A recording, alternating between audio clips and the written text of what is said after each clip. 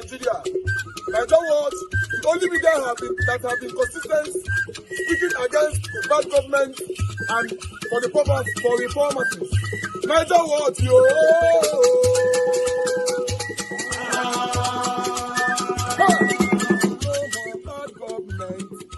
No more bad government. Niger watch. No more bad government. Niger watch. No more bad government. The only media that have been speaking. No more bad government. The voice of the voiceless. No more bad government.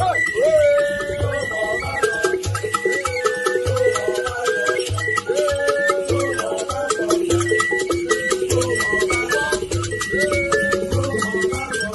Niger watch. No more bad government. For the poor. No more bad government. Niger watch. No more bad government. Niger watch media.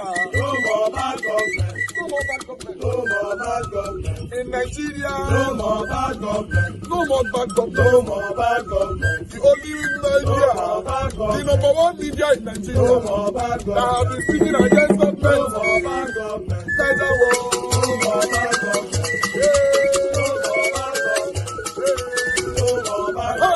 Niger watch you.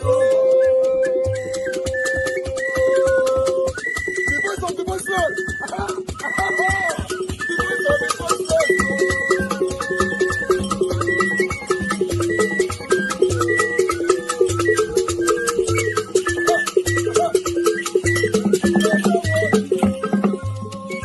Voice for the voiceless. Voice for the voiceless. Niger watch media. Voice for the voiceless. Niger watch media. Voice for the voiceless. The only media that have been speaking against bad government. Being consistency since 1944. Voice for the voiceless. Voice for the voiceless. Umuwame. Voice for the voiceless. Umuwame. Voice for the voiceless.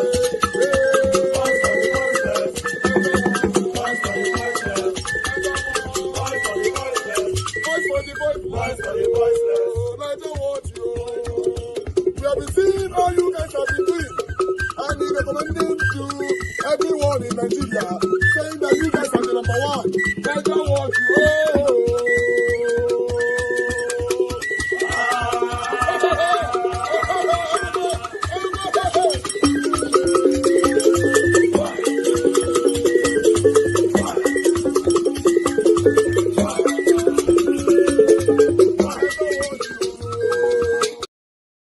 We've been here before, haven't we? And now here we go again. An impeachment notice in Rivers State signed by the State Assembly members accusing Governor Sim Fubara of gross misconduct and constitutional breaches. The governor's deputy, Ngozi Odu, is also facing similar allegations, and this less than a year after a previous impeachment notice. So the delicate truce in Rivers State is shattered once again. The gloves are off and the analysts are falling over each other trying to interpret what they see as Nyesom Wike's latest political muscle flexing in Rivers State. They say that with the FCT minister beefing up his grip on the government of Rivers State with what one of them called his strategic asset, the State Assembly, it is no longer just about local Rivers politics, though he might as well rename the state after himself. They say Minister Wike has now put the ruling APC party, as well as Nigerians in general, on notice with this starkest demonstration yet of his power and influence. Speaker, we conclude by stating that the governor has shown that he is not prepared to govern Rivers State in line with the Constitution of the Federal Republic of Nigeria, 1999 as amended, and his oath of office. The Supreme Court in suit number SC/CV/1174/2004 condemned his actions when he stated that the 8th responder fear of impeachment by the Rivers State House of Assembly is no justification for his attack on the House of Assembly. The Constitution, the government of Rivers State, and the rule of law. Political disagreement cannot justify this attack and contempt for the rule of law by the governor of Rivers State or any person. The majority leader has just laid before the House The notice of allegations of gross misconduct brought pursuant to Section 188 of the Constitution of the Federal Republic of Nigeria as amended 1999, and this particular letter was signed by 26 members of the Rivers State House of Assembly, which the majority leader has read their names. Distinguished colleagues, I am now in receipt of this letter, and pursuant to the sections of the 1999 Constitution as amended, I will ensure that this letter is forwarded to His Excellency Sir Simla Ifubara, GSSRS, Governor of Rivers State. So, as the air thickens with tension, we ask, was Governor Fubara's defection to the APC the spark that ignited the powder keg? And what does all this mean for Mr. Wike's role versus that of the APC in this country's affairs? Well, for his reaction and assessment, I'm joined now from our studios in Lagos by the former Commissioner for Information and Communications in Rivers State, Dr. Austin Tam George, who's also an alumnus of the Harvard University School of Government. Thank you very much indeed for joining us. We appreciate your time, and Happy New Year to you. Thank you, Charles, and Happy New Year to you and Nigerians who are viewing this. Right. So the second impeachment attempt against Governor Fubara in less than a year. What is your reaction to this latest development, or perhaps I should say twist, in the long-running saga of political turmoil in Rivers State, which is your state of origin? Because many would say this is all political rather than legal, especially given that they are all now members of the same party, the APC. Well, Charles, I think you answered the question somewhat by yourself when you did the introduction and said that the Governor Sim Fubara's pivot to the APC over 3 weeks ago has kind of threatened the calculus of power in Rivers State. In the past 2 weeks or so, the FCT Minister, Nyesom Wike, has been going from local government area to another local government area, threatening the government of Rivers State, even insulting the leadership structures of the APC.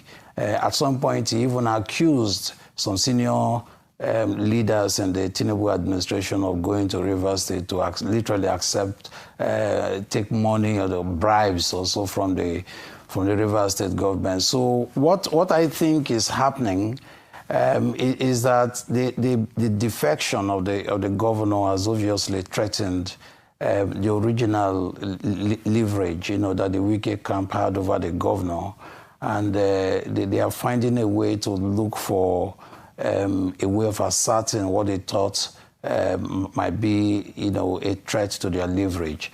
But the regret, Charles, is that it is the state ultimately that suffers from this kind of instability. Nyesom Wike has been a complete pestilence on Rivers State. I served in his administration as Commissioner for Information, as you know. I resigned precisely because of this, his propensity for chaos, for instability, and reducing government to a personality cult, more or less. And I'm so disappointed that this propensity has now crystallized to a stage where the state is now held by the jugular by this kind of a person who thinks that he will be political godfather over the rest of Rivers State. But what I think is going to happen in this final phase of the struggle is that Rivers people are ultimately going to resist and defeat this, tendency to want to privatize the state, to want to capture the state for his own personal aggrandizement. Governor Fubara has been an excellent administrator, I have to say. He's spending money building people's capacity, lifting communities out of poverty. Money you would have expected that he would have diverted to political godfathers are now being spent in critical sectors such as education, where he's completely transforming the sector, in health, where almost all the tertiary healthcare systems are revived. 122 primary healthcare centers spread across the 23 local government areas. There is a total transformation happening on a sector-by-sector basis, and this has endeared the governor to the people of the state. Now, there is a strong likelihood that he may be seeking a second term to expand his legacy and to consolidate his achievements for the benefit of all. And this will mean that there is going to be, a reduction of Nyesom Wike's influence. So what you see as an impeachment move is an attempt to try to reassert what it considered to be their leverage against the governor. Right. And as far as you're concerned, it's all political and there aren't legal elements to it? Because, I mean, the State Assembly marshaled out quite a number of what appeared to be strong legal arguments why they're taking this action. But of course, sticking with that thought that you had there of the politics of all of this as the warrant for these impeachment proceedings, one has to wonder, because, I mean, just days after the lawmakers in River State announced their latest defection from the PDP to the APC in December 2025, Governor Fubara also announced his own defection. So one would have thought that they're all now in bed together, but clearly not. What exactly, I mean, I've seen some of the articles of impeachment. What are the legal arguments? There are none as far as I can see. Soon after the suspension of the state of emergency, the Assembly requested from the governor for him to represent the 2025 budget before the Assembly. This was an extraordinary request, and I think the governor was right in declining this, because, as you know, Charles, the 2025 budget was already prepared and presented before the National Assembly. The National Assembly vetted it. The president eventually assented to it. It became an appropriation law. So why would the Assembly want the governor to represent an already, assented appropriation law before the State Assembly? It was just an extraordinary request. Welcome back to the morning show here on Arise News. Now, adding to the drama in River State, the State House of Assembly has begun impeachment proceedings against Governor Siminalayi Fubara and his deputy Ngozi Odu. During plenary presided over by the Speaker of the State House of Assembly, Martin Zamaule, on Thursday, the Majority Leader Major Jack read out the notice of allegations and gross misconduct against Fubara. Ameule said the notice will be served to Fubara in the next 7 days. Now, reacting to the impeachment proceedings against Fubara, the ruling APC has rejected the impeachment process against their governor and his deputy. Well, joining us on the show to discuss the drama in the state is Darlington Nwauju, Rivers State APC spokesperson. Good morning, sir, and welcome to the morning show. Good morning. Thanks for having me. Good morning, Nigerians. Well, Mr. Nwauju, tell us about the imminent blowout in River State. We have seen the commencement of the drama. What is likely to happen? Even if the APC is saying, oh, Governor Fubara is our governor, nobody can do anything to him. But the members of the House of Assembly are also APC members. So, the APC in River State is just about to implode again. This is a third impeachment proceeding against Governor Fubara. Tell us about this 1 day, 1 trouble, 1 hour, 1 crisis in River State, and what we should expect. Well, I want to quickly say good morning, Dr. Abati. Good morning. Let me say this clearly. For those who are in doubt of the resolve of the APC in River State, to ensure that the government of the day in Rivers is not destabilized, then let them take this to the bank, that we would not accept, we would not align, we would not also pander to the wishes of any external force anywhere that will attempt to destabilize the government of Rivers State, given the fact, like we clearly stated in our statement yesterday, that this governor is not just a member of the All Progressive Congress, but as it stands today, is the leader of the All Progressive Congress in Rivers State. Now, you would recall the series of drama, or the drama series that we've been treated to in Rivers State, and that was purely when they were members of the People's Democratic Party. Starting from October 13th, 2023, when the drama began, we believe strongly that this should not dovetail into the APC. The spirit of PDP cannot be transferred into the APC. We are going to resist it, we are going to reject it, and every Frankenstein monster that attempts to destabilize our party and the leadership of the governor of Rivers State in Rivers State will surely be resisted by every legal means possible. Mr. Nwauju, this is not an emotional thing. The House of Assembly of Rivers State is a legislative assembly. And the guys there, they are relying on Section 188 of the Constitution, except they make the same mistake as the Oyo State House of Assembly did in the Ladoja case, where they went and met in a hotel, and they didn't follow the procedure under Section 188. Hotel. Yes. So if they just follow that Section 188, even Section 188 sub 11 says, you know, gross misconduct is as they define it. So what are you going to resist? It's not an emotional thing.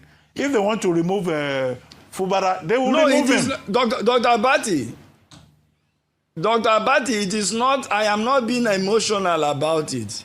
This has to do with the twin issue of politics and legality.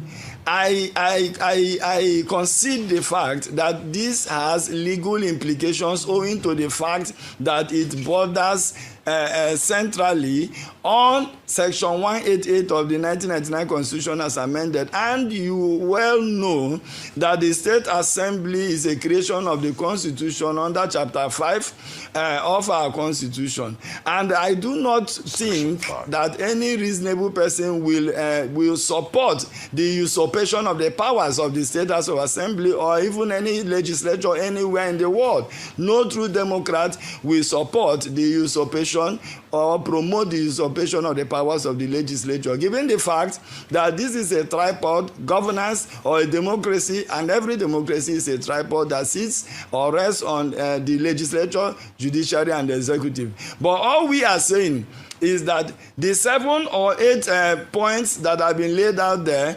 that the House members consider as impeachable offenses, to our mind, are politically motivated. And because they are politically motivated, we are saying that as a political party, we will be able to resolve issues that are in the realms of politics politically. Now, if you also want to look at, I've read countless tons of arguments and commentaries since this issue broke out yesterday.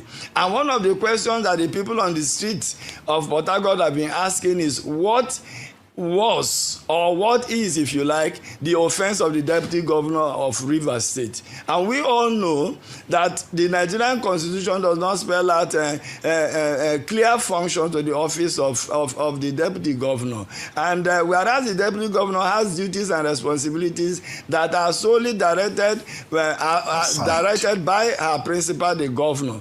And so our argument is that, like I said before, this is politically motivated. deactivated, and it will surely be deoxygenated from the realms and within the realms of politics. We concede to the fact that yes, the House of Assembly has powers under Section 188 to investigate, and not just to investigate, to interrogate, checks and balances, and to ensure that appointments are duly approved by the House of Assembly. But you also know that reversing the decision of hundreds of thousands of Rivers people is not an easy decision. It is quite a tedious one. It is a serious business. It is fundamental and germane to democracy for anybody or group of individuals to wake up one morning to seek to reverse the decision made by hundreds of thousands of Rivers people is not a joke. And so because it is not a joke, it is something that must be followed procedurally,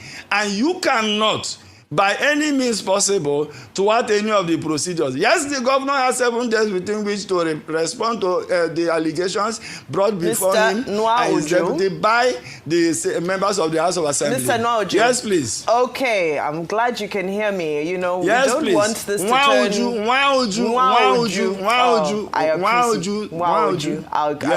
I've got it this time around. Yes. Well, Yes, you know, we don't want to run the risk of this turning into a monologue. Let's continue the conversation. I want to pivot to a different angle of this, please. Mr. Nwaoju.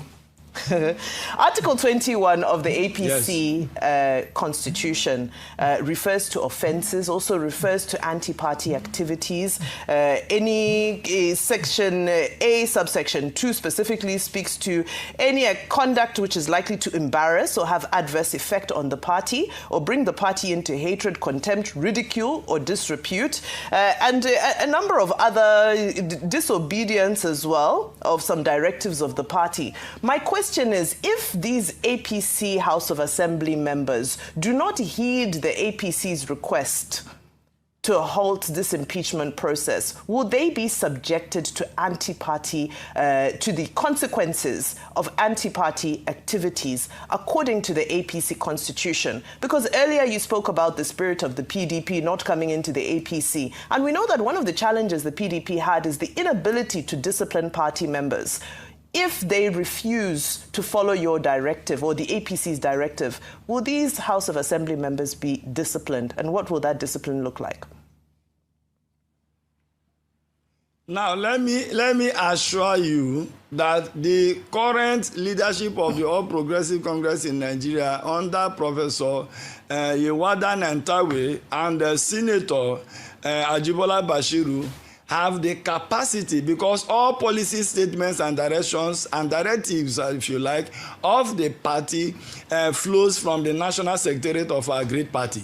And so I want to assure the public, Rivers people in particular, that our political party, under the firm leadership of Professor Nantawe and Senator Ajibola Bashiru, has capacity and competence and experience to deal with the current simmering situation. And I assure you that even without looking through our books, as you've clearly stated, as enshrined in Article 20, we have disciplinary procedures. We will not delve into the realms of having anybody disciplined until and when it is very clearly and obvious to us that this is an attempt to destabilize our political party. Okay, so is this what has happened? Do you consider this anti-party activities?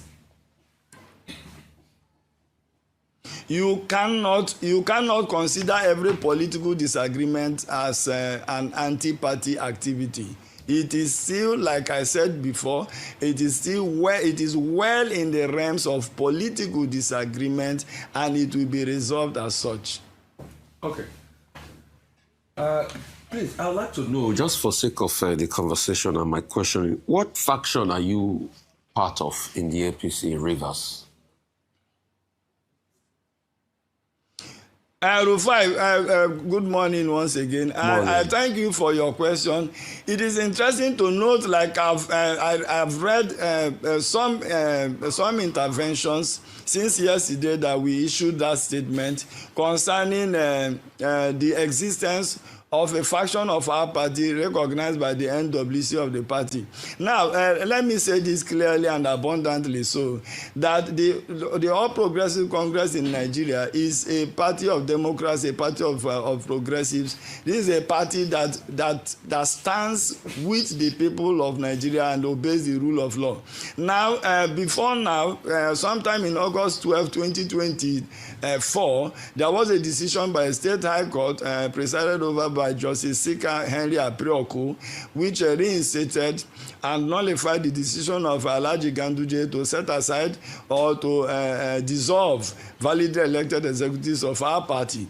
And then, flowing from that, in November of 2024, another high court again nullified the congresses that purportedly produced one Mr. Tony Okocha as chairman of the All Progressive Congress in Rivers State. And these issues, as we speak today, is lying before the Court of Appeal Port Harcourt Division and is not being dispensed with.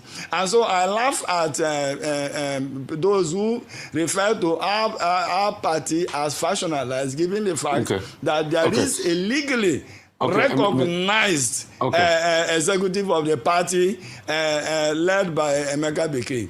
So you're part of the Bekee faction. Let me just hold it at that. You're part of the Bekee faction.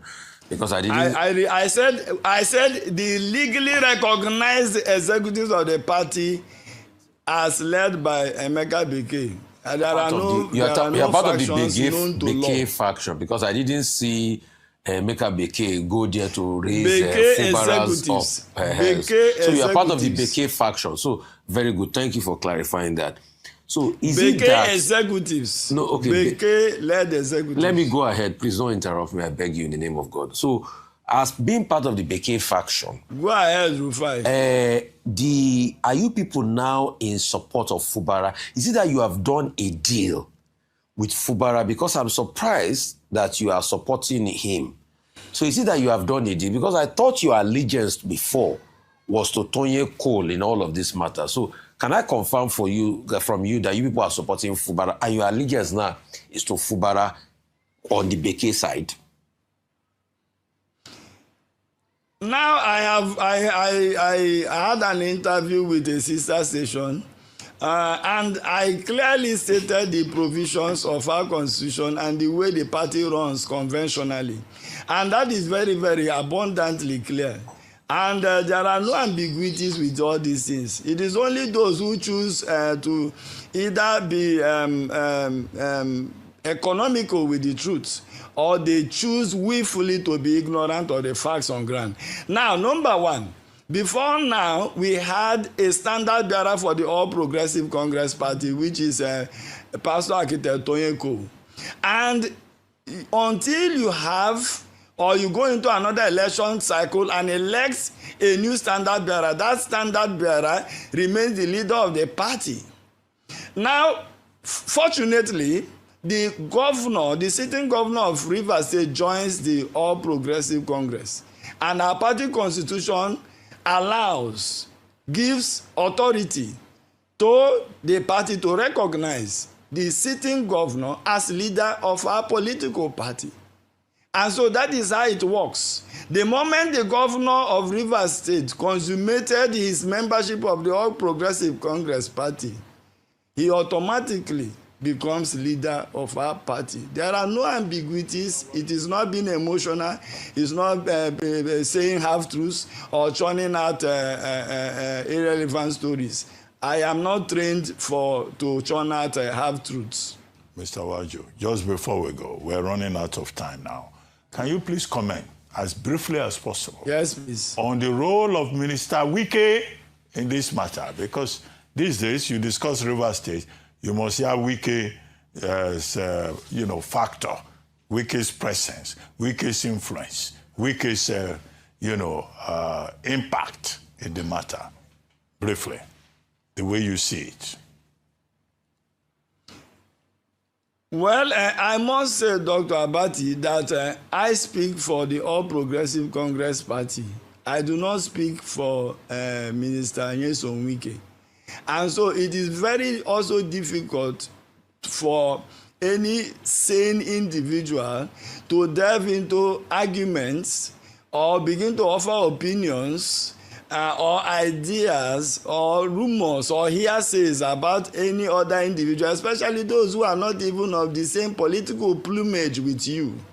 And so I dare say, or I am constrained to say, sir, that it will be difficult to make commentaries on somebody who is not even a member of my own political party. My interest is the APC. My interest is that the APC turns itself into a winning machine in Rivers State and wins elections come 2027. I'm not interested in non-APC members. Please, just hold on. Hold your fire.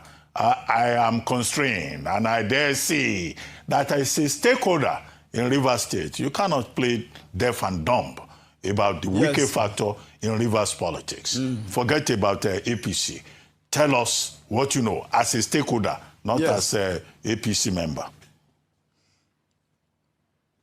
Yes, but I'm trying to say, Dr. Abadi, with all due respect, you cannot pigeonhole me into offering opinions on something that I clearly choose not to. You cannot pigeonhole me into doing such. Now, I say to you again, for the sake of emphasis, that I choose not to be forced into the realms of commenting about non-APC members. The governor of Rivers State is a member of the All Progressive Congress. The House of Assembly members are members of the All Progressive Congress. So when I choose to have discussions around these individuals, I have the authority, I have the legal rights to do so. But not to now begin to analyze or subject my consciousness and my conscience to somebody who is not even a member of my political party. I have no business discussing such an individual. I'm sorry, I cannot offer any opinions about him. You know if you talk about him, you fear wicked, abi? Well, no problem. Fear is it's an acceptable human emotion. Mr. Rufai, I take exception to that. If there is one individual who critiqued the 8 years administration of the FCT minister, I think we are not up to 5 persons in Rivers State that have done so time and time again. And so I am not afraid of anybody. I am only afraid of the Almighty God who created heaven and earth. Okay. And I fear nobody, I can assure you. Mr. Nwaju, we get your point, which is that Nyesom Wike, Minister of the FCT, is irrelevant when APC matters are being discussed. That would be a fair summary, I think. We are discussing purely... Ha! Well, look. When you cause problem, you see problem. We tell you earlier, His Excellency, Minister, retire, Governor Wike. We tell you this in earlier that if you are digging a hole, do a little one, so when you fall inside, you should be able to go out. Then simply because Atiku win you in primary, you go ahead.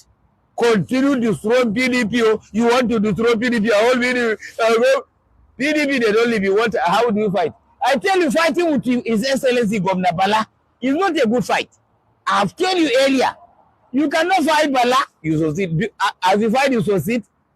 You lose the match. You lose the tournament, walk over. You are not in APC, you are not in PDP. They have cautioned you already. Me already, I'm in the ADC. I leave the APC. And I have party. Chieftain, former chieftain of APC, respectively, go back to ADC. Even now, they want me to go back. But you, nobody wants you again because you are a problem.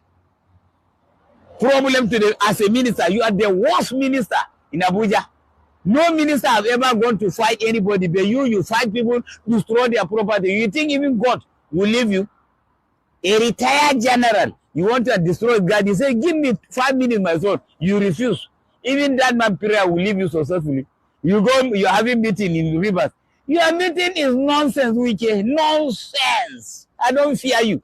If you like me, call me on phone. Even Abuloma already, I'm a boxer for the military. I'm a combatant, trained military, retired, senior military officer. Wike, you can never be a last corporal in the military. Or airman, or reti in Navy. So you are retire Wike from politics. And I urge him, please, Mr. President, dismiss Wike, not even to relieve him from his job. He is causing confusion for you, seriously, from here to here. Just wait, before 2027, you will see what will cause in APC. I think you carry Wike. You know Wike name is a Scorpion. Scorpion. You back a Scorpion, he will drop the Scorpion. Drop the Scorpion and rest. The man is Wike is a yeah. Fire for fire. Good afternoon, my fellow people, especially the River State. Look, Fubara is going back for second time. As it is done, he's the leader of the party and party will give him ticket.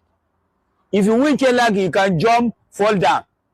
If you win Kellag, you get my really we can enter aircraft, go US now. There's a case once who already carry and he call you, you know, Grigo. You say they buy, you buy a small portion land and you can build.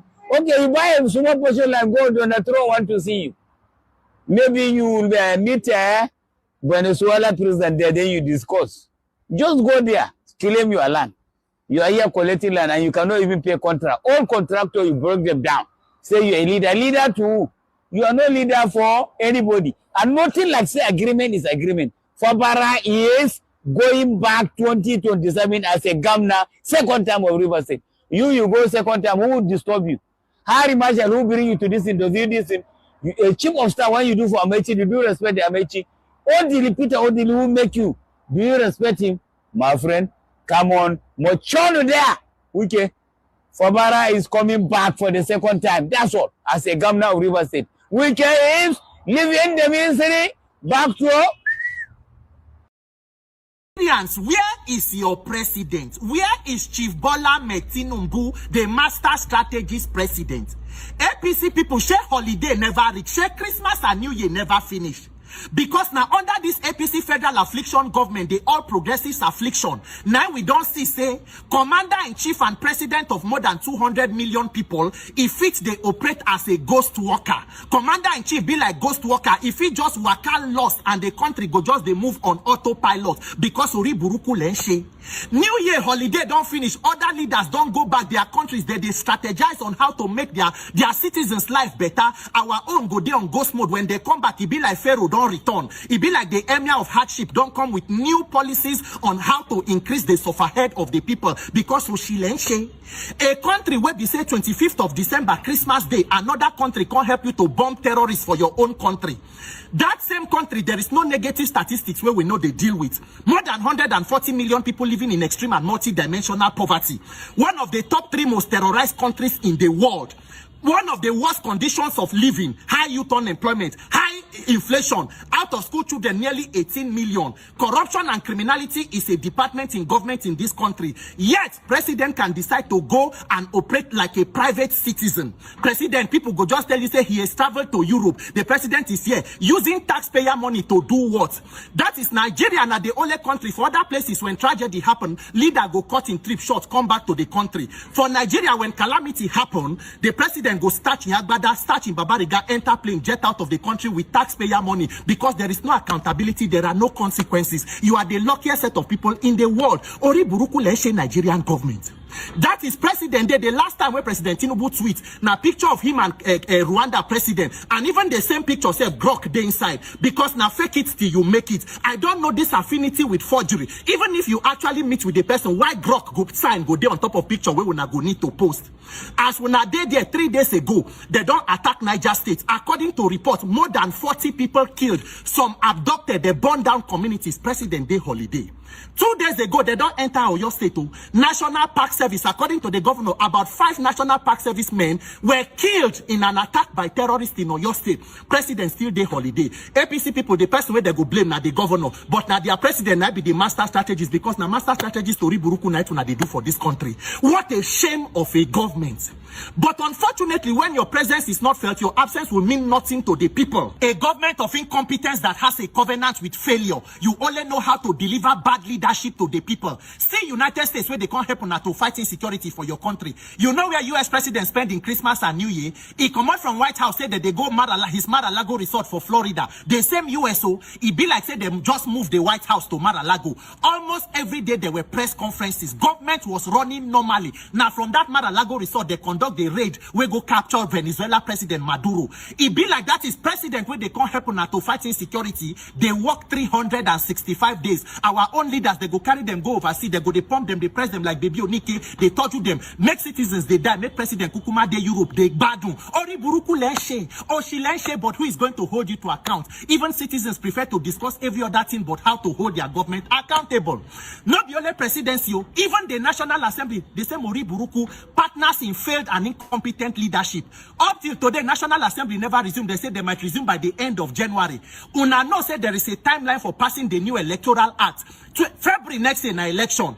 This is January. National Assembly never finalized bill on Electoral Act amendment because una no one do am. Ori buruku lenshe, una only hope and guarantee na to rig election. But Nigerians know better and we go mount our guard. By July, una go recess where we say you go holiday, come back in September again.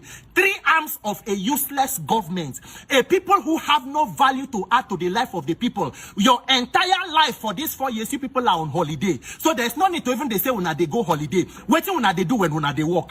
If you are truly working country, go be like this. So you are on 4 years holiday. Now Nigerians, they suffer the damage from your 4 years holiday. May God give Nigerians grace to elect leaders where go work and not come and spend holiday in public office with taxpayer money. What a shame of a nation. What a tragedy of a country. People, they die. Leaders, they on holiday. They on recess. A useless money point National Assembly that has nothing to offer the people. Nigerians, when I must wake up, you must realize that to resist bad government, not be just about one day protest. If they do tax, we go come out, we go say, we no go agree, one day evening, everybody enter house.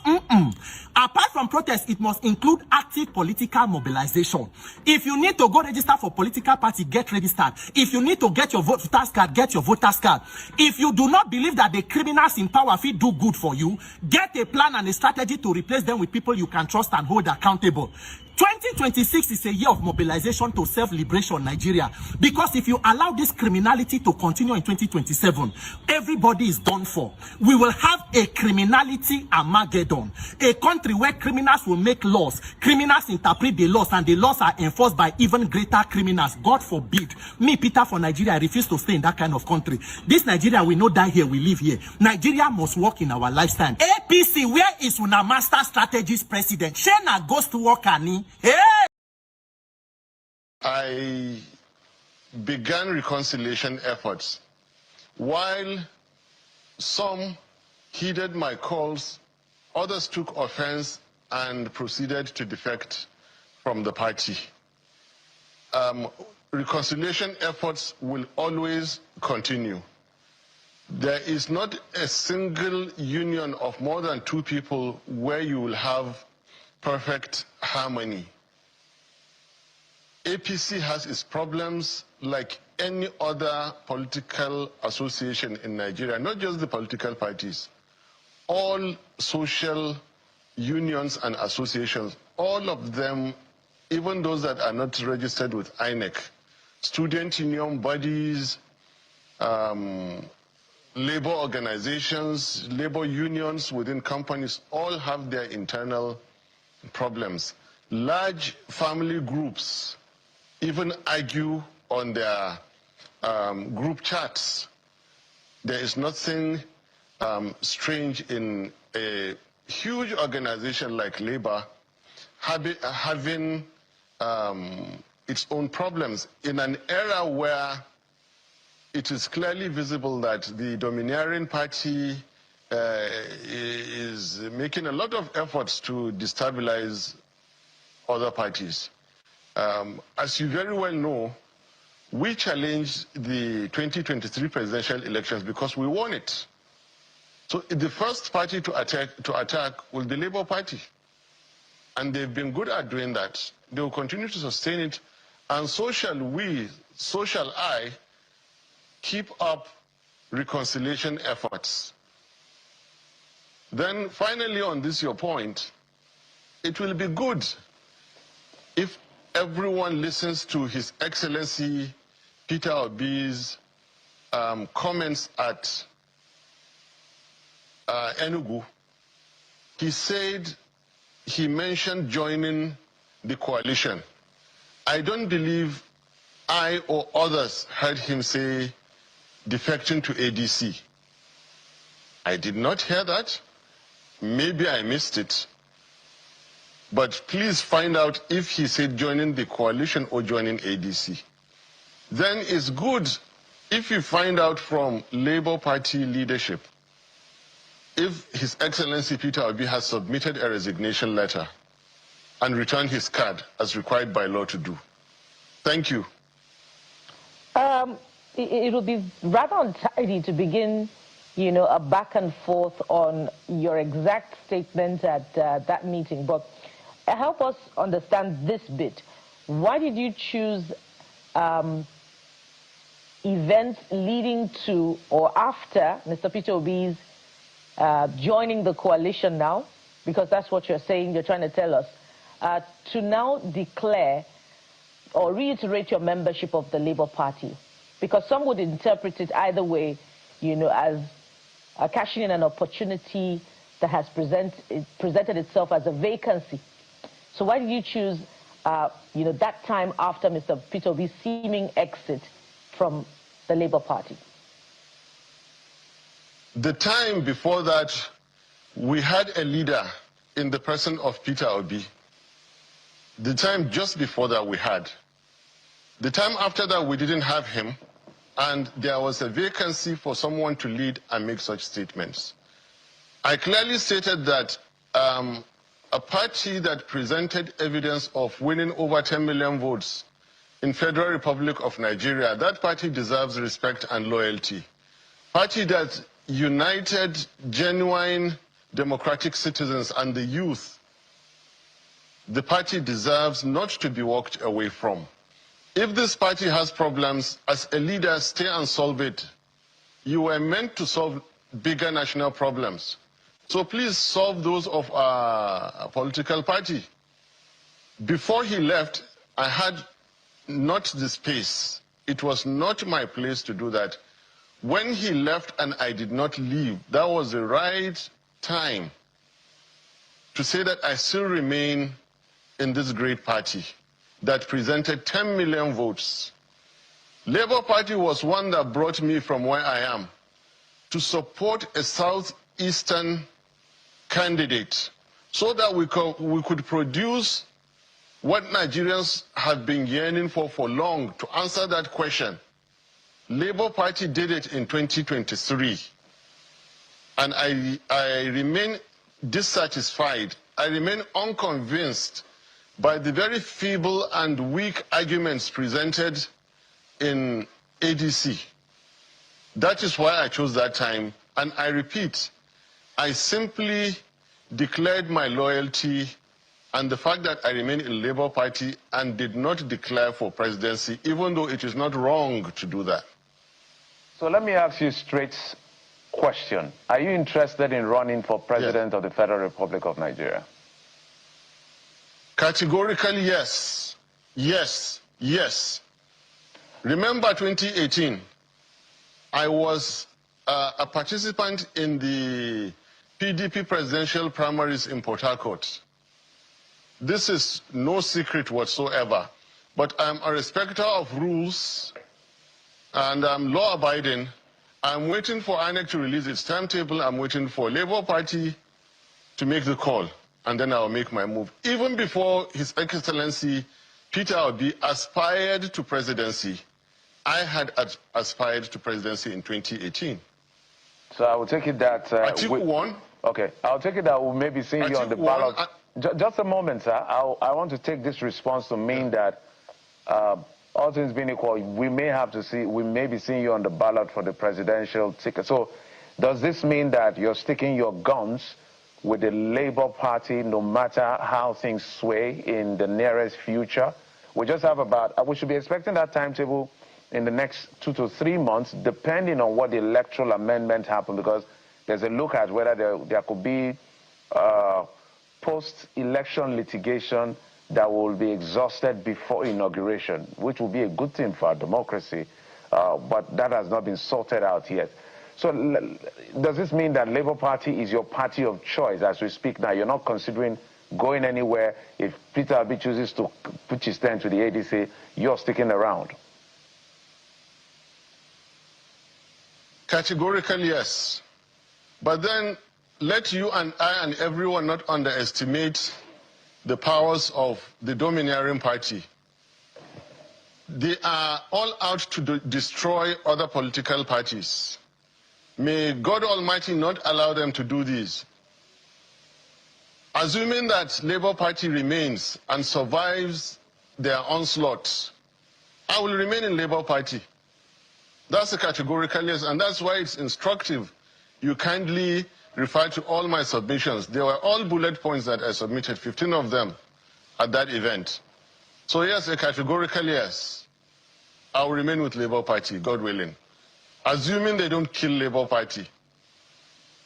Okay, that's good to know. We just need to put the facts right there on the table. But let me get your view so that we quote you right. There are so many things that have been written that were reported that you said about the ADC, for instance, where Mr. Peter Obi has moved to, because I don't see, in my view, whether he categorically says he's joining the coalition or he's joining the ADC as a political party. A lot of people have seen it that the man has moved, he has moved. But you can come and explain to us even much later.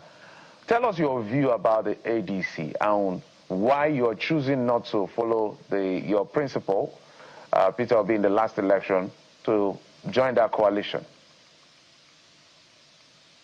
Number one, I am my own person. I joined Peter Obi in 2023, like I said, to answer a burning question. I felt for the South. I felt genuinely for the other divide. I felt for where Peter Obi came from. I felt for what he stood for. And as a brother Nigerian, let me put it that way, let me suppress all other considerations and help you, help your people, help us all together to see that we answer that question affirmatively. And we did, then it was denied. So I am my own person. I had won elections. I have been doing my things before I met Peter Obi to join him to answer that burning national unity question. Two, like I have been saying, the same people who built the APC that is misruling Nigeria today are disgruntled about not having won seats in APC or receiving political appointments. Some of them went all the way to Senate screening and are taking it back now to use the Nigerian people to fight the APC. I am not that gullible. I am able to ask questions right from the beginning of their respective political careers to where they are today, and I answer those questions negatively. I have also highlighted the many structural defects of PDP, that they are deluding themselves to think that Nigerians will agree. I was doing my NYSC. Baba Atiku was an aspirant, and in 2018 we contested primaries together. In 2023 we contested again, I as a vice president elsewhere, when his vice president had left him. And for God's sake, in 2027 again. There is need for a new generation of Nigerian leaders, and they do exist. Like I said, a whole new generation are waiting for a new leader to lead them to a new party. There are good Nigerians. There are people capable of solving Nigerian problems. But they are discouraged by the expensive, difficult, treacherous system full of godfathers and bad promises to make. But there are good Nigerians who are looking for that leader to lead them to fix Nigeria's problems. Right. Thank you. So, Mr. Dele Momodu spoke about your comments, some of the comments you made, and your stance. And, well, for him, he believes that you probably didn't move because there was no place for you in the coalition. He implied as much. He also said you didn't see the larger picture, likened you to a jilted lover. I wonder how you feel, because it looks like Mr. Peter Obi has gone back to his first love in that sense, Mr. Atiku Abubakar, because they ran together in previous elections.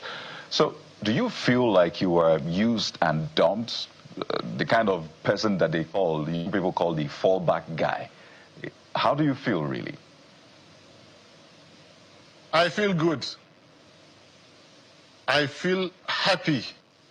I feel fulfilled, because I stood by people who, I stood by someone who many avoided against all odds. And we won the presidency, Federal Republic of Nigeria. Then IREV was switched off, the constitution was violated to have another person declared. I am fulfilled. I am proud of what we achieved together. I was never jilted. Remember, Peter Obi has not clinched the ticket of ADC. Remember, where you think he has gone back to his former love, they are waiting for him there to go and contest and get a ticket. I also ask you to remember who went all the way to Enugu to pick him. I will not call names, and I will not answer what my Oga Dele Momodu is saying. I like his style of thinking. He's free to think that way. But look, I am steady. I am waxing stronger, especially because of the successes that we both achieved in 2023. I also said, if Peter Obi does not get the ticket there in ADC, he is more than welcome back to Labour Party. I will stand there and nobody will do anything bad to Peter Obi. It is better for him. It is better for him to come back than to go and do another kind of agenda. It remains to be answered. How are ADC looking at Peter Obi? He was a vice candidate to Atiku, abruptly left Atiku, went into another party, as ADC said, shared the votes and made way for APC to win. After doing that to the then PDP, where Atiku was, Atiku now moves out of PDP to ADC, establishes it. Peter Obi will come and say, sorry, it's still the turn of the South. Which again, like I've given you the arithmetic, the South started giving for 4 years, 07 to 11. And then Atiku will just say, okay, your Peter Obi, please come and take. Atiku has said he will not step down. So I know we're here to discuss politics. But please, besides these ones, this style of discussing politics makes you join issues with individuals and groups that you really don't want to. There are times I want to discuss democracy and its principles. I want to discuss Nigerian style of democracy. I want to discuss the Fourth Republic. I want to discuss the average Nigerian citizen. I want to discuss so many other things besides Dele Momodu said, Peter Obi thinks, Atiku will do. Well, this is to get your direct response to the comments that he made. Yes. And I mean, that's only fair to get the balance.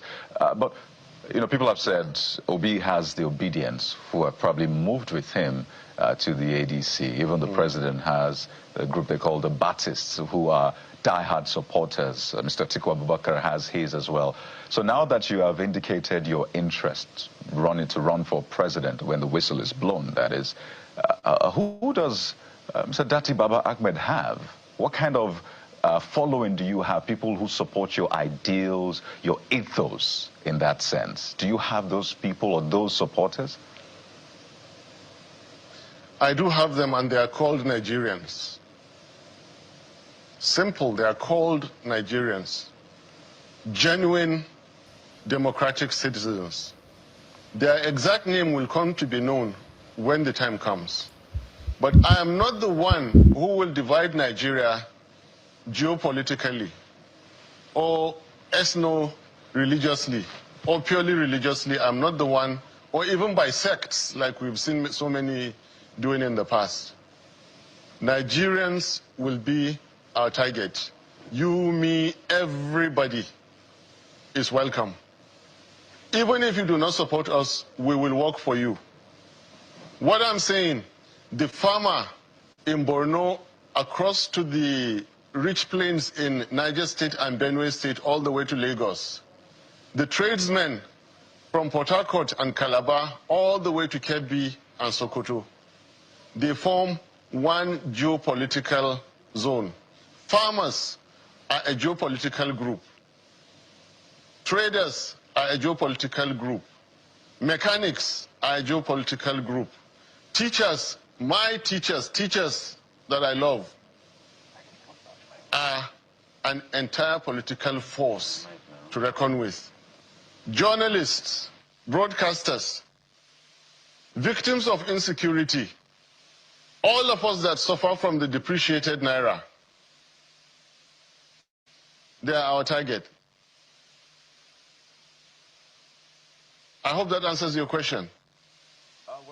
Fair points, Mr. Datti Ahmed. Bukola, over to you. Yeah, just some clarifications on what you may have said at that event where you reiterated your membership of the Labour Party.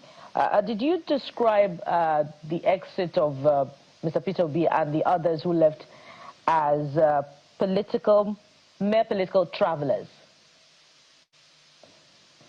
Or were you misquoted again? Bukola. I'm seeking clarification. We have I will answer your question. Just minutes back, I told you the kind of important things we have ahead of us to discuss. And not semantics, not words and descriptions. That was the mildest description I could use to say a gentleman who moved from APGA to PDP to Labour Party has now moved to ADC. What you should be fair to me to say is that I said defection is not a crime. I respect Peter Obi for exercising his democratic rights. I even said that my own political history is not devoid of that. But I have consistently belonged in what I describe the leading opposition political party in Nigeria. There are too many important things for us to discuss on prime time in such an important channel than, did you call somebody a traveler? But it's also important, that Mr. was Ahmed, the same occasion. because we want to know, you and Mr. Peter Obi would have embarked on a 4-year journey had you become president and vice president, and that suggests a very close relationship. So would like to know the nature of your relationship, or the state of your relationship with Mr. Peter Obi currently, especially following your decision to reconcile the party last year and now reiterating your membership of the party right after his own exit. So we want to know just how things are between you two. And that's why I asked the question to confirm whether indeed you said that at that event. All right, Buki. All right, Buki. The relationship between me and Excellency Peter Obi is solid and is good. In fact, if it were to make you happy, I could seek an appointment and go to visit him in Lagos. But you know how mobile Peter Obi is. We will run into each other very, very soon. And maybe you're not listening well. I did tell you that if he doesn't get the ticket, he's welcome back to Labour Party. Remember how important the job you do is. You are forming opinion of the general public. You have asked me so many hard questions about that event I held. You have conspicuously left out something that is so fundamental in our lives as citizens. The complaints over the decades, every Nigerian talks about hunger, lack of money, poor earnings. In that same event that you've asked me at least 6 questions from, it seems it has not been striking any chord with the general public. Mr. Ahmed. No, let me tell you. Don't stop me. Let me just say this. Yes. We promised, I told you that it was possible to quadruple the earnings of public servants, federal public servants. I told you that, but it's not important to you. The relationship, whether I'm still with Peter Obi or not, or I said they are travelers or not. What is wrong with us, for God's sake? My apologies, we're totally understand. And now you want to end the program. Just a moment, sir. My apologies for cutting in. We're going to invite you subsequently. Today we're talking politics. When we want to talk alternative policy ideas, then we'll mainstream what you're talking about. So it's not as if we don't...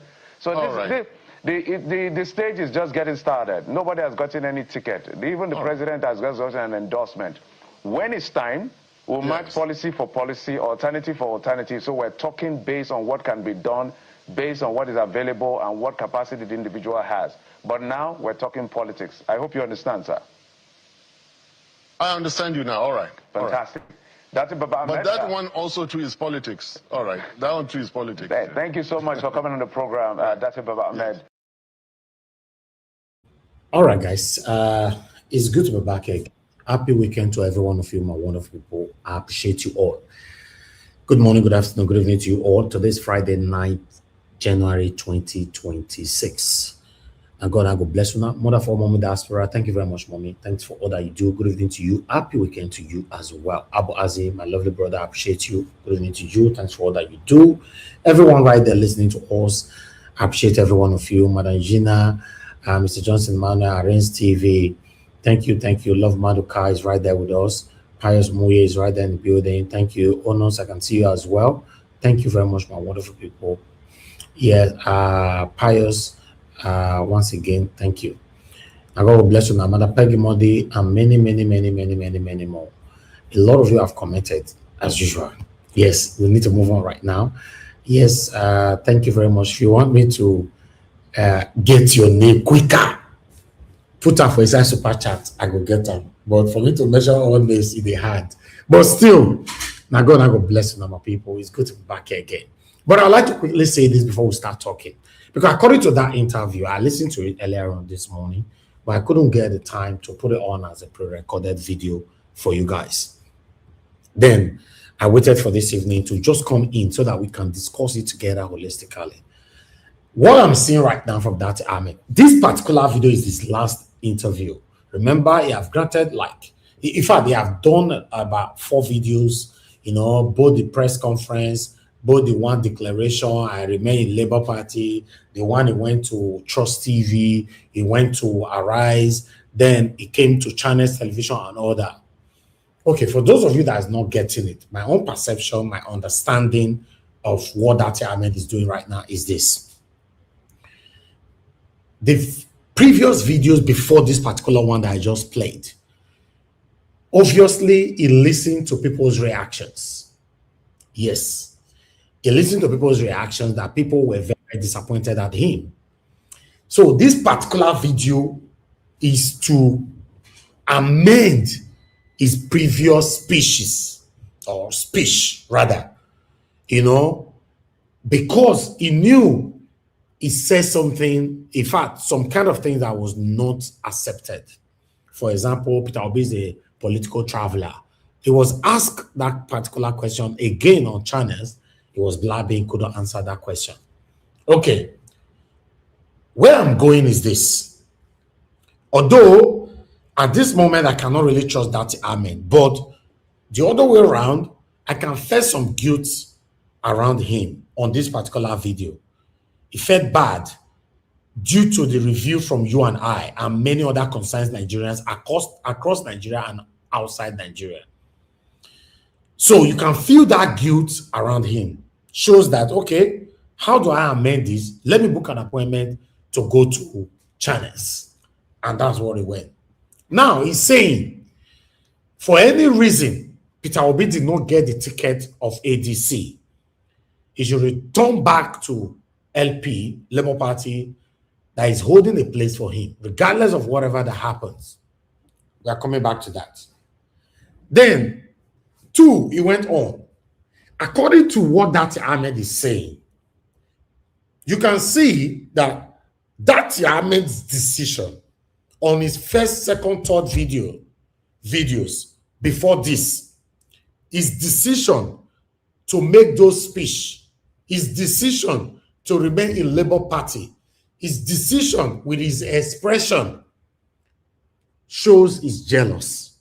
Not in a bad way. He's just jealous that the same man that we worked and fought together in 2023 general election, presidential election to be precise, we won it despite that the election was rigged. Now, this man have decided to leave me. He's jealous. He wants to stick with Peter Obi. This is my belief. I don't know about you. He's not against Peter Obi. He's only angry, which is not expressing his anger, but you can read it from his body language that he's not happy that Peter Obi have left him behind. That is Ahmed's wish. From my own view, what I can see from all his videos for the past 4-5 days means he's not happy that Peter Obi went to ADC.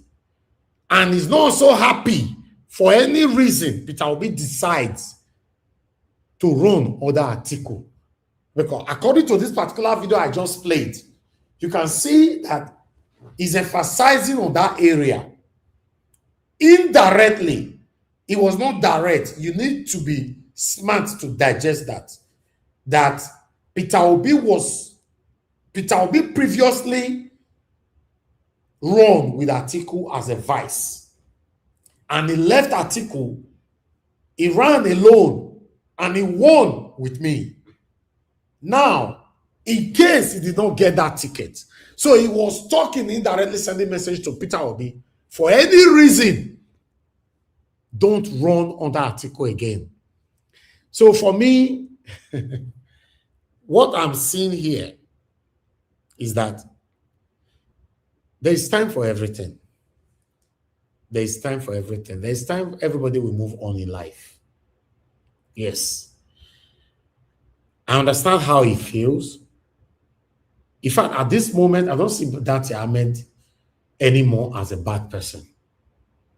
I just see that he's jealous that Peter Obi, even though he gets the ticket of ADC, he's going to run with someone else. And he knew that if he moved with Peter Obi to ADC, there's no way Peter Obi will get a ticket and they will allow him to run with Peter Obi because there are a lot of lions and tigers right there in ADC. The same thing that happened in Edo State when Obaseki was moving out of APC, when Satanic Oshomole denied him ticket at that time, he was going to PDP. Then he moved Philip Shaibu along with himself. And PDP said, no, it can never happen. Ogbede Iyama was the person that's supposed to be his vice. Ogbede Iyama escalated the issue at that particular time. But information reaching us at that time that they pay lots of billions for a PDP to allow Philip Shaibu to run on same ticket with Obaseki, allegedly. So, with Datti Ahmed and Peter Obi running under ADC, you know, Peter Obi never even fight for himself finished. Talk less of moving Datti Ahmed to come around with him in ADC. ADC now is a grant where everybody go fight for their own. So, in conclusion, with my submission, is that Datti Ahmed is not happy, not because he have anything against Peter Obi, not because he hates Peter Obi at this particular time. He's not happy because Peter Obi is going to run alone and there's no room for him. But he knows if Peter Obi was to run from Labour Party, obviously, he will remain the vice. And he's telling Peter Obi indirectly that if you stay, we will win it again. But my message to Datti Ahmed is this. If Peter Obi was to be in Labour Party, obviously you guys will win again, but you will not rule Nigeria. both of you now not get level to tell Tinubu say we won, we must rule. We not get level. I'm sorry, Peter Obi is my principal, but I have to categorize both of you. We not get level. Peter Obi no say you know if you get the level to tell Tinubu that I won. Remember, Abiola think that time saying get level. He told Abacha that I won and he declared himself the president and he was picked up. Today, Abacha is history, which affected his wife is history. So, Peter Obi don't get that level. And Datti Ahmed not get that level to tell Tinubu say, I won, you must be out of there. They will be picked up immediately. But in ADC, they can. Because they have lions and tigers right there. For me, if Peter Obi is given the ticket of ADC, I would prefer Peter Obi run under ADC. But for any reason that denies him that ticket from ADC, Peter Obi should resign from politics, from Nigeria politics, rather than succumbing, reducing himself to become a vice to Atiku. That's my take on that. Good morning, good afternoon, good evening to every one of you. I'd like us to listen to this message quickly, then we'll take it from here. Please help us to press on the like and help us to share. Press on the $sign. Hello, Mr. Naija Watch. I want to thank you again. I greet you. I greet the panel members. I greet your mom. I greet all the well-meaning Nigerians. I say long live Naija Watch, long live Nigeria, the Federal Republic of Nigeria, the Nigeria of our dream. Hey, wonders shall not end. I wouldn't, if you say you are surprised, I will say I'm not. If you remember, when Obi was, having this battle with Abure, and somebody like Datti was rather saying he was mediating to bring about peace, and knowing that Abure had overstayed his welcome in Labour as chairman, Abure is not willing to go away because of all he looted when Obi popularized Labour Party. Today, I just listened to what you played now that Abure said. And I said Abure, sorry, Datti Baba Ahmed, who is indirectly telling them he may run as president 2027. We want to see, we are waiting. You see, I still want to repeat here, totally in agreement with you, that if Atiku Abubakar refuses, or rather, if they manipulate to bring Atiku Abubakar in as the winner of the primaries in ADC, and he says he wants to take Obi as running mate, I am saying it here and I'm repeating myself. I had made a video to Obi, which you played on this your platform. Let Obi be warned. He will not receive any vote from anybody, because we are clamoring for him, because we believe that if he's number one, all his ideas, all his thoughts, all the wisdom that he has to run a government, he will put it into use. As a vice president, I've not seen any one vice president in Nigeria that really imparted or influenced the leadership. Not one. So I wouldn't be seeing Obi now being the one to impart if Atiku is there. Atiku has his own mind, he has his thoughts. And I know, let me tell you, I told you one time, I had a problem with the lady that was, deputizing Atiku when we worked together. As at that time, Atiku was on leave. He went to Europe. By the time he came back, I waited for him to come back. I went to his house at 1004. Met with him, told him what brought me, explained everything. The answer Atiku could give me was, well, I know how Nigeria is, and I know the woman, and I know the then director of customs. And what do I expect him to do now? That he will only advise me to go and look for one of my people. That's the word he used, one of my people.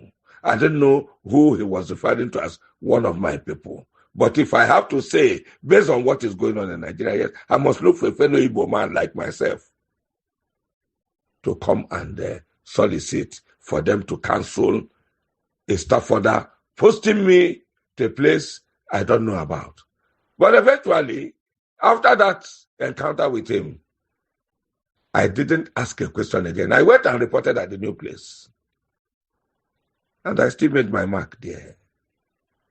And until gradually I went from one place to the other, all around Nigeria, to the point of retirement. Atiku cannot be trusted. If Obi goes there to be a vice president to him, I personally will tell anybody that I know, don't vote for Obi. Because he is not going out there to do our bidding. He's just going there to sit down and allow Atiku do what he has. I told you, I sent a message to you the other day that if Atiku loves Nigeria and truly is showing the sign that he wants to be president because he wants to see Nigeria work, then he will allow Obi. Now, going by their, what do they call it? South we do for 8 years. This and that we do for 8 years. This party agreed. They have not zoned anything. But Bola Tinubu is there for 4 years and is expecting to complete another 4 years for the South. Atiku is not from the South. So if he's looking at it and he's being sincere with himself, Obi is from the South. He can allow Obi and what's his name? What's the name of this guy now? The Rivers guy. To contest. Whosoever won out of the two of them, then we will know whether we want to support or not. I don't know how you post it that way. Hello, Mr. Rajawat. Here am I again a second time. Look at all this. I mean, these people, I don't know whether they are listening right from the underside, not from the head. Did Obi go to ADC to join Atiku, or it's a coalition of different parties? That fellow that talked there now, did he talk sensibly? How is Datti a wiser father? As he asked you, are you a father? If your children fight, will you run away from their house? All these people know where they are coming from. And they know their narrative. Their narrative is all as a result of what? What they have collected, nothing more. If any genuine Nigerian is talking to you, Mr. Niger Watch, what will they be thinking of now is how Nigeria will work. It is how Nigeria will work for the numerous Nigerians that they have put into poverty and into shame and into disgrace and into this, I don't know how to put it. Buying here and there every day. People, how many people? Daily. Soldiers wasting them. They should please start publishing the names of the soldiers that die in most of this ambush. We want to know their names so that we know which part of the country they came out of and know whether they were genuinely ambushed or maybe they were set up. We want to know. For that, Ahmed, no problem. I thought maybe he would have been anything better or different from others of his type there, but he has shown himself from what I had today, even though before now, I saw the body, language, and I knew that this was coming to be. Hey, let us watch them. All I just ask is let there be a free and fair playground. Free and fair playground. Let nobody go buying any delegates. and let us see what comes of what we are talking about. I said it before, I'm repeating it. Each time I talk, I will still call to this again. Nigerians, if you want a Nigeria that will work for you, a Nigeria where you will have peace, a Nigeria where you can sleep and close your two eyes, you know where you are supposed to be voting. If Atiku insists that he wants to run these 4 years, that Bola Tinubu should have been completed in 8 years, and we see that yes, he has wrecked the nation, and somebody is coming out to say, let us rescue the nation, get a footprint that other people coming after may follow and see the Nigeria that we need for tomorrow. And he does not follow that sprint. Yeah. I will tell Obi, leave them, let Nigeria crash. When it crashes, they will not be the one to... Nigeria will be balkanized on its own. Nobody will come to say, Igbo man, why are you moving away? Yoruba man, why are you moving away? The Edo man, why are you moving away? Or people from Niger Delta, why are you moving away? It will, the place will just, speak for itself. Allow them. But we still repeat, Obi will not run as a vice president for anybody. You will not go as a vice to anybody running for president now. That seat is not meant for the northerner or the westerner. It's meant for all Nigerians, regardless of your state. So if the Igbo man seems to be the best fit for that seat now, I think if Nigerians are being sensible and sensitive, they will vote him. But if they choose to say, well, we want to continue to wallow in stupidity and ignorance, let them vote whosoever they want to vote. Obi, go back to Anambra or go somewhere where you can take your family to. Go and relax your mind. Let us watch Nigeria. Long live Nigeria of our hope and of our tomorrow. And hello, Mr. Niger Watch. Sorry, I just want to chip in this 1 or 2 minutes. I greet you, I greet everybody on your panel.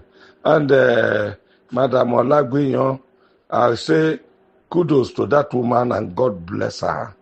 That's the spirit I will wish every Nigerian will, put up, not just the men, including women, children, everybody. But I want to talk directly to Chimezie, or if I'm right, Zichigozie, whichever one it is. Mr. Chimezie, it's shameful to hear you talk the way you are talking. Oh, would you not go no dear? Like this, I know no mama. What is wrong with you? What is wrong with you? They are telling you what they want to do this time. Rather than agree, do you think Obi will come out and say, oh, wait, let me go to court again this time? We should use common sense to understand what is going on. Obi cannot come out to tell you, I want to go to court again. And Obi will not tell you, hey, come out to the street. He has already said what he has to say. Through the period of time he was talking to you people, he made himself clear. And everybody heard what he said. And I have said it a number of times with some of the submissions I made earlier, that the mandate is of each and every one of you, everybody that casts vote. Obi is doing his own part now. When you cast your vote, you stand and defend the vote. That's what we are saying. And you are saying it's not possible. Who told you that, for God's sake? Are you not a man? I will expect, I thought you would have been, bolder the way you speak than what I hear coming from you today. You don't say it as if you are reasoning at all. Niger word, God bless you, please. Thank you.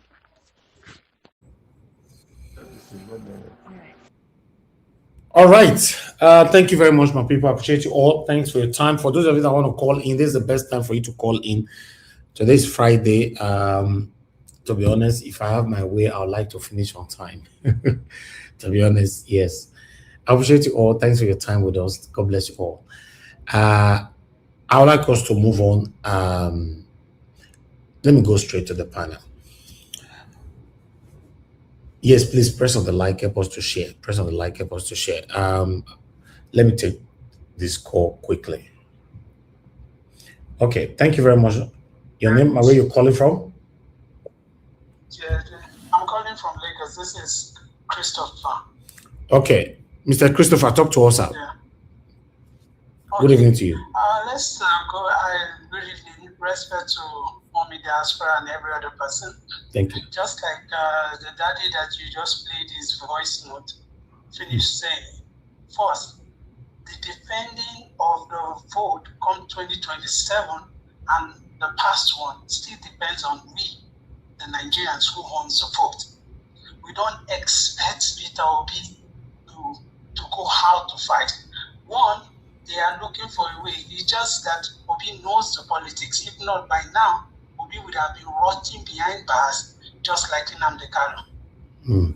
That's why, if you notice, they are looking for opportunity. But just because he knows the game, he knows how they are looking for a way to cage him. That is why he's playing beyond their senses. Now, talking about, let's come down to Datti Baba Ahmed.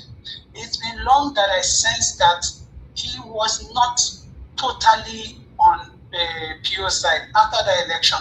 When I noticed that he started being, you already know that by law, the INEC does not recognize Abure. But I noticed he was kind of shifting more to Abure than the Namadi, that woman, that senator, yes, no, not Tiretivi. The person that Pio and Alex Oti put as the acting party chairperson. Oh, now, okay. You know that by law, INEC no longer recognize Abure, but you were shifting closer. So automatically, I knew that right from time there is something fishy about Datti Baba Ahmed over Pio. You notice that the first thing he did was on that podium, he had recognized Abure as the main party chairman. Automatically, no matter what he's trying to paint now, because the whole world is now attacking him over the way he spoke on that day, he's now trying to speak from both sides of man. It doesn't still change the fact that Datti Baba Ahmed has been infiltrating Pio's plan to make peace and to bring to remove Abure out of the party as official than ever before. So Datti Baba Ahmed is part of those people that have been playing behind the back for that Abure removal not to work. So that's what I've just noticed, and I just hope that this movement of PO to ADC, if it doesn't work, we will, no matter where PO goes, if PO decides to stand on his own and Nigeria has said, we be obedient, we will move with PO, and we will always use our finances to do things. So I just want to thank you for the good work and have a wonderful weekend, sir. Thank you. Thank you very much, my brother. I appreciate you. Wow. That was a wonderful submission and analysis. But still, let's move on. Thank you very much, my people. Mr. Alabo, please talk to us. Thank you, my brother. Good evening, thank you sir. Thank you, TGIF. God bless you. Anybody that want to call me, please call me now. I'm gonna. We are just about 3 or 4 of us here, so we are going to talk within ourselves. If you don't come in now, you might spend 788 years, not 78 years anymore. Hey, yes, I know increase. I better hold on 1 minute. I have someone else on the phone. Yeah, good evening to you. Please talk to us. Yes, Naija Watch. Yes, sir.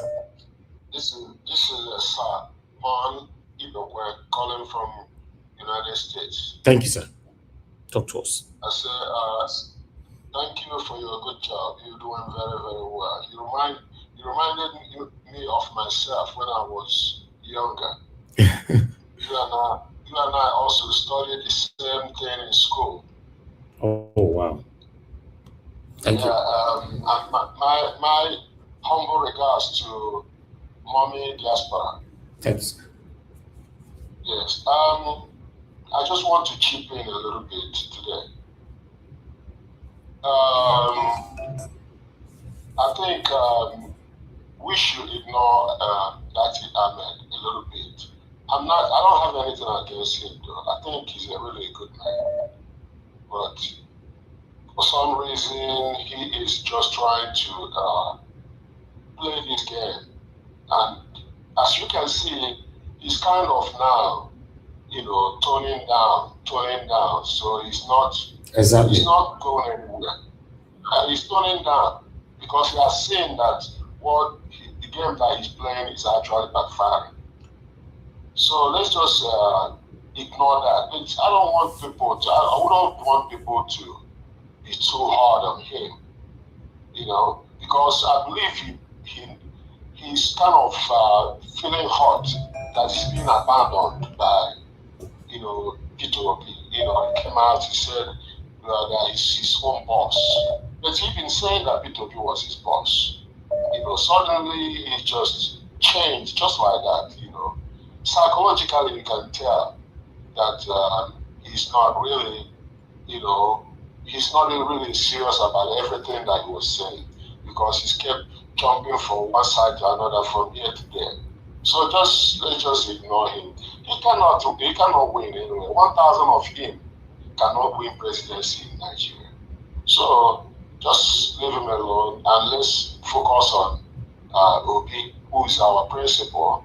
Eventually, I believe and I strongly believe in ADC. All the ADC is doing now also is just playing game. I don't know, playing with people's minds, and believe that all these things have been ironed out already behind the doors. So eventually, my own belief is that Obi will still emerge as the presidential candidate. Thank you. So thank you very, very much, and continue your good work. Huh? Thank you, sir. God bless you, sir. I appreciate you. Thank you. Okay, I can see more people calling in. Please call in on time, because if I jump now, you cannot speak anymore. Black Panther, why are you calling in? Wait, I don't understand. Why did they disturb my... No, pick and make him come to the platform. Black Panther, wait till you see me. They call me. Good morning, good afternoon to everyone. Morning, diaspora, I love you. More grace to you. And to all the panelists, thank you all for coming in quick. And then to the viewers, may God bless every one of us. Nigeria Watch, it is you I want to talk to. With your vast knowledge in politics, with the kind of manipulation, you know all the intrigues. And you want to tell me, authoritatively, that you don't know that this is a game. They are playing Datti and Obi, they are playing game, and the entire sect of ADC. You want to tell me that this is not a game? You think? Not coming out to tell us that, I will let Obi come. I will leave a space for him. Let him come. You are telling me it's not a game. Anyway, I don't know. Tell me. I want to talk to every Nigerian. The madam that came here yesterday did not pull it out, finish. He wanted all of us to reason together, critically analyze it. This is look, Obi is playing safe because they have been finding a way to hinder it coming out. The only way for them to survive is to make Obi not to come out and contest. And Obi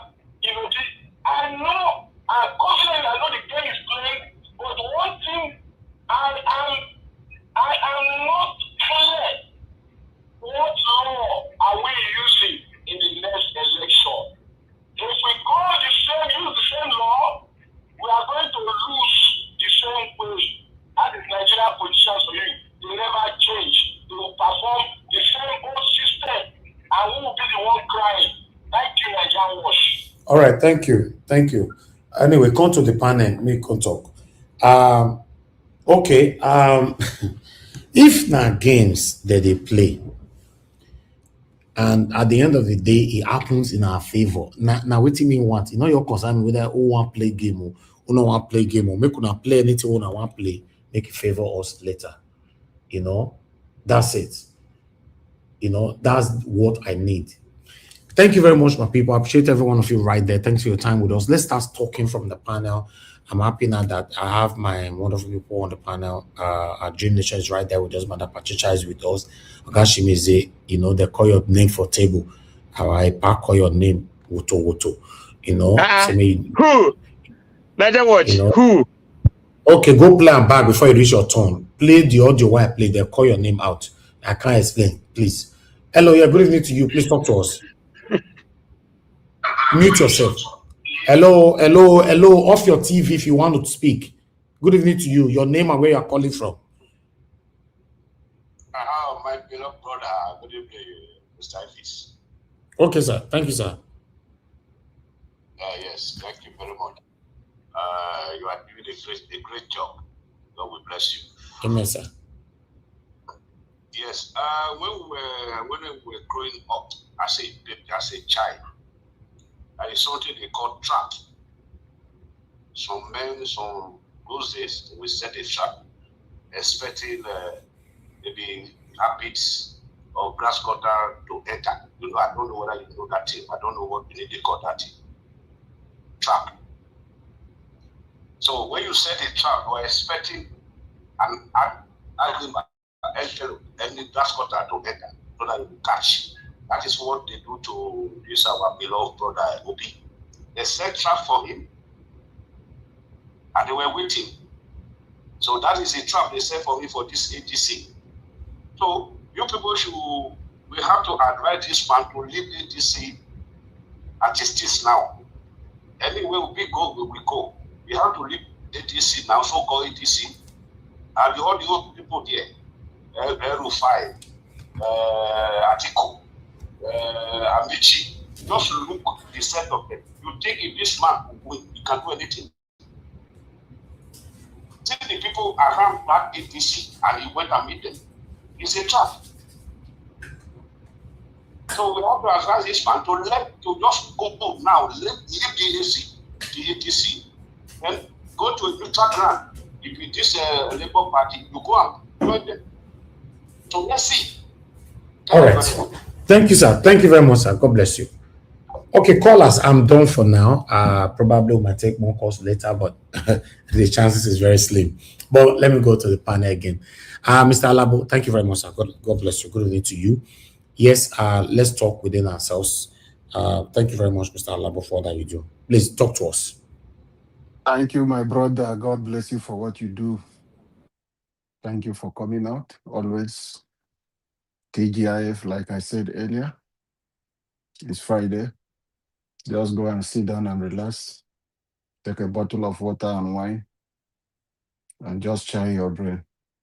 God bless you. And God will continue to bless you, my brother. A new Nigeria is coming and a new Nigeria is possible for sure.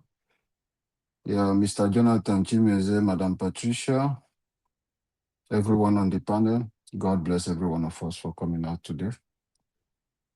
Yeah, people on the comment section and everyone who is helping us to like, who is helping us to share this program, continue to spread this good voice for it to get to every nooks and crannies of Nigeria and global. Because the new Nigeria, we all are calling for, we will all witness it in our own time. That is our prayer. Mr. Elvis, several times I've said it.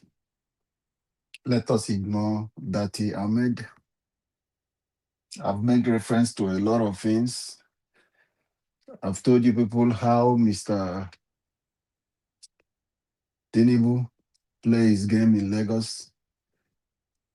PDP will always be the one to challenge any governor that Tinubu brings out. Who brings the PDP candidate? He's always the one. He will always infiltrate, find a way to penetrate, to get in, you will surprise. He will take over. And when those people finish, they go back to him. The most recent one, even the Nollywood actress,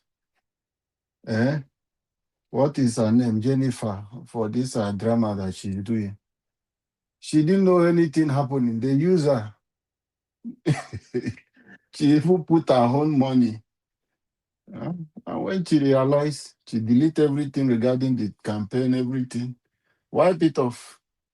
Because they use her head. Even the man, Tinubu, even abused the hell out of her. Jandon used her. And but today, Jandon has gone back to his paymaster. It's in APC. So let us leave politics for politicians. Let them play their games. People say politics is a game of interest. Everyone has their own interests. And it's a game they are playing. They will continue to play it and confuse you, the masses. The more you look, the less you see. That is how it goes.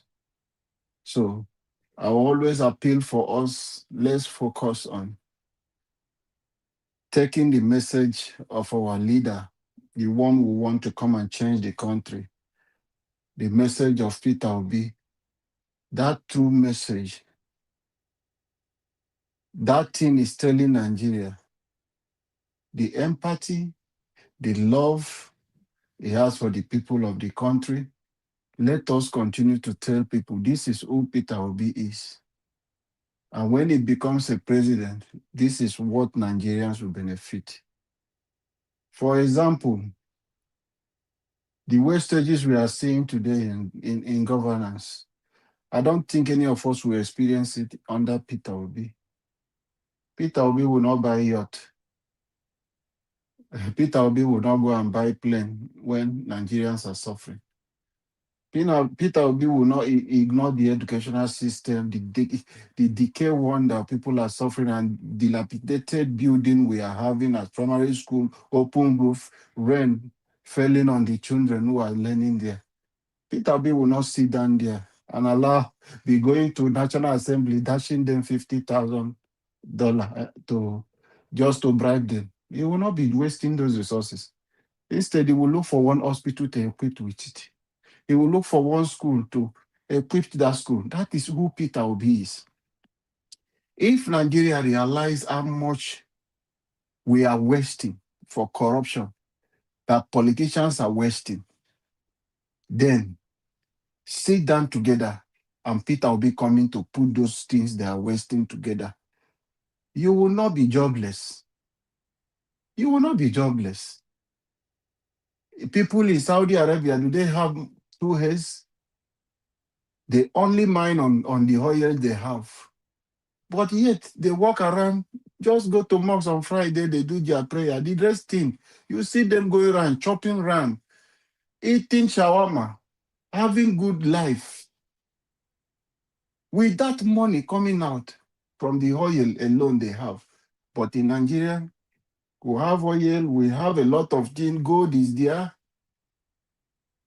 We have so much mineral resources. But look at the country. We are the poorest. We are the most difficult country for people to live, to survive. No healthcare system.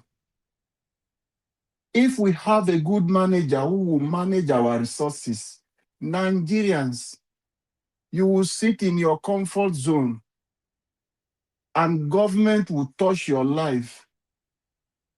The social benefit from government will get to you. It is not this one, the manufacture figure, like APC will come and tell you they have transferred so amount of money for 130 million Nigerians.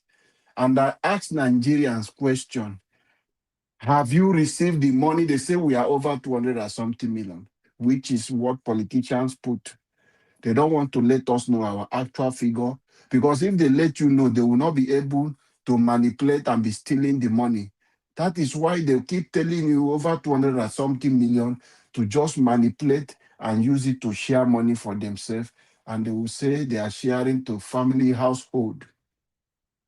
You share the money to household, and me as a family man, I did not see anything.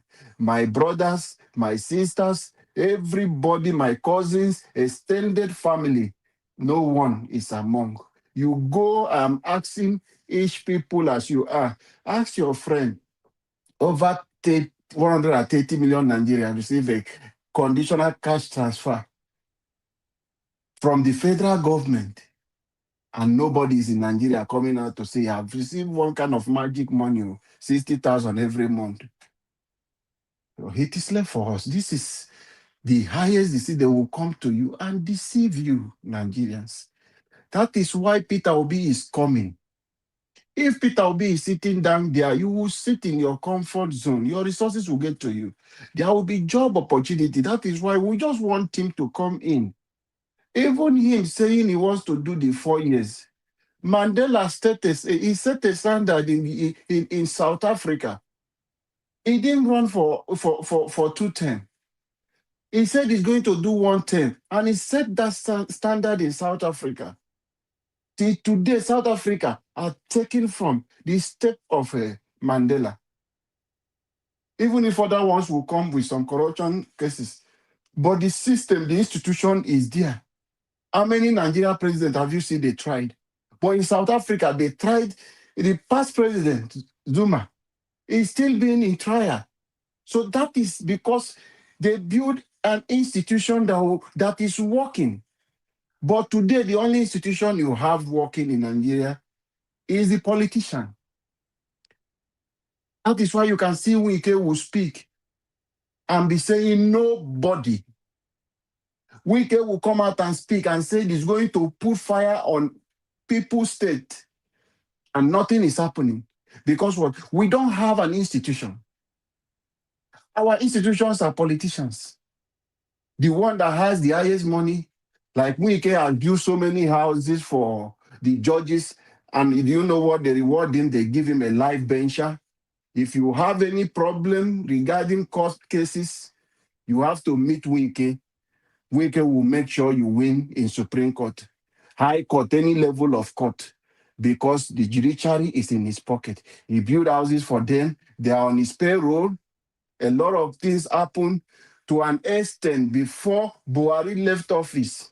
The chief judge of the federation, which is this Yoruba man that left before this lady, went to Wike's birthday celebration. It's not supposed to happen. When we're growing up seeing the judicial system, a judge, you don't even see them in the marketplace. You don't know their faces. You don't know their faces. But that is how to tell you what money can do. They become useless today because of that high connection. Where is his wife? It's a justice. In where? In the appeal court. That is the connection. That is what they build. So they have destroyed the institution. So we don't have a system at the moment. But the coming of Peter Obi is going to help us, that police will begin to work, their brain will begin to reset. Because when they begin to see some kind of training and discipline that will begin to come, nobody will tell you, you will not stop a car and be asking for money. It won't happen again because you know what you're going to face if you've been exposed with that. So everybody will have that fear. Our moral will be back. The system, we were once growing up, you are leaving your parents to go to school, they tell you, remember where you are coming from. And whenever you get to where you are going, you remember where you are coming from, the image of your family, the name of where you are coming from. You want to protect that. But today, we have lost it. What people think, everyone wants to be like Tinubu. People wants to be like Wike. What do they like in Wike? Initially, people who inspire you is people who are doing things in the right way that inspire you. Great men, not criminal great people, not criminal people that inspire people. But today in the Nigeria system, it's bad people, drug addicts, Yahoo people that inspire our young ones, inspire the society. Everybody wants to make money through the way those bad people are making. So our system is destroyed. The moral value is destroyed in our country. That is why the reason we are encouraging you, support Peter Obi to come in as a president. We know only him cannot solve the problem. But let him get there as the aid. When the aid is not rotting, the whole body will function. But when the head is bad, your whole system will shut down. If anything loose on your head, it affects your own system, the way you talk, the way you walk, things you do. Today, the head of Nigeria is bad. The head is rotting. So that is why the whole body and the followers, everything is going in the wrong direction. We need to reset that so that we can redirect our steps and begin to go the right way to do the right thing. Nigerians, see reason why we can begin to value good instead of bad. Why do we want to enjoy a system that will steal from you and return peanut to you? Why don't you want a system where you will have control of your resources? You will be in charge. These useless people you see as your leader today, you see them as strong people. They are not supposed, they are your servant. In a system where it's working, you are the one paying them the salary. You are your taxes. Your resources is what you pay them. But they turn now to become gods. They turn to become something else, tigers and lions. See the kind of impunity happening in River State. See the kind of impunity happening in Osun State. See what is happening across Nigeria. Are you going to tell me that you have a leader? Are we moving in the right direction? Even if they told you Emilokon, what are you benefiting today from the Emilokon? If you look around, you are the one suffering more than even the Igbo man. You are the one suffering more than even the man Prince in the River Collins, State. please hold on. Let me see if it's Prince Collins that is there. I can't see your face. I don't know what I. Okay, I don't see you. Okay, thank you. Yeah, go ahead, sir. Thank you. Thank you, Mr. Najawash. So if you go to the West, just yesterday, I saw a video of how many people they arrested. All of them are speaking in Yorubas. They are in Lagos. Ask them what is their work. They will stop Taizi, extort money from Taizi. Somebody hired them doing that. Because they are jobless. Look at young ones, they can't even speak English. They are not in school, yet someone built Lagos. Now Nigeria is the hand of that person. He cannot build Nigeria. They are traveling across the world, wasting your money. You see that wrong narrative they push to you, deceive you people, and they bought your country today. People are suffering in Lagos. The Yoruba people are suffering. So now understand that it wasn't a Milokon. It is for their own personal interest. So you that was telling an Igbo man not to come out and vote, what has gotten to you? The MC Olomo that hire you to come out, all his children are in abroad. One of his daughters is in U.S. Army. They are living well. MC Olomo is a U.S. citizen. He has a dual citizen. If you don't understand, but he's the head of the Agboro in Lagos. But you are suffering today. None of his children is there to come and die in the process. But they are sending you while they are living a better life. They might give you 2,000 naira, 5,000 naira, and you waste your life. Nigeria, is high time you wake up. All of you following Wike to commit bad thing. Not that you don't know that what Wike is doing is bad, but because you are just greedy and selfish. You are just blinded. You just want to get the peanut from him. That's all. And you don't mind if River State is burning. It's never your business. We can secure a future for their own children with your resources. It was nothing. It was a Agboro before he became a local government chairman. Today, look at the life his son, his children are living. They are all doing well with your resources. They don't have any job they are doing because they can't work in any office. But you are there following them, insulting your parent, insulting people, trying to destroy your own state. You have not asked the person you are following, You have been a governor for 8 years. What did you do to the River citizen? What did you do to benefit the people of River State? How many jobs did you create? Zero. Zero. Human capital development under Wike? Zero. He did not do anything to help any Rivers people, but to build an empire for himself. That is why he have those resources to manipulate you till today, telling you that nobody in Rivers State can challenge him, that whatever thing he said, that is what is going to stand. And all of you are following him. I pray, may your own children be useless like the way you are useless politically.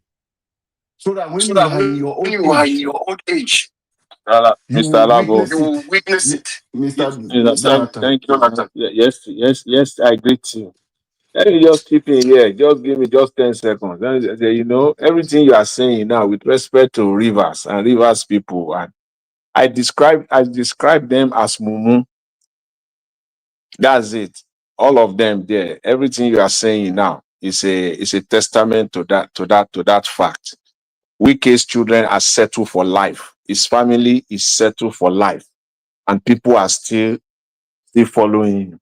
What exactly did Wike offer the people of Rivers State during his time as governor?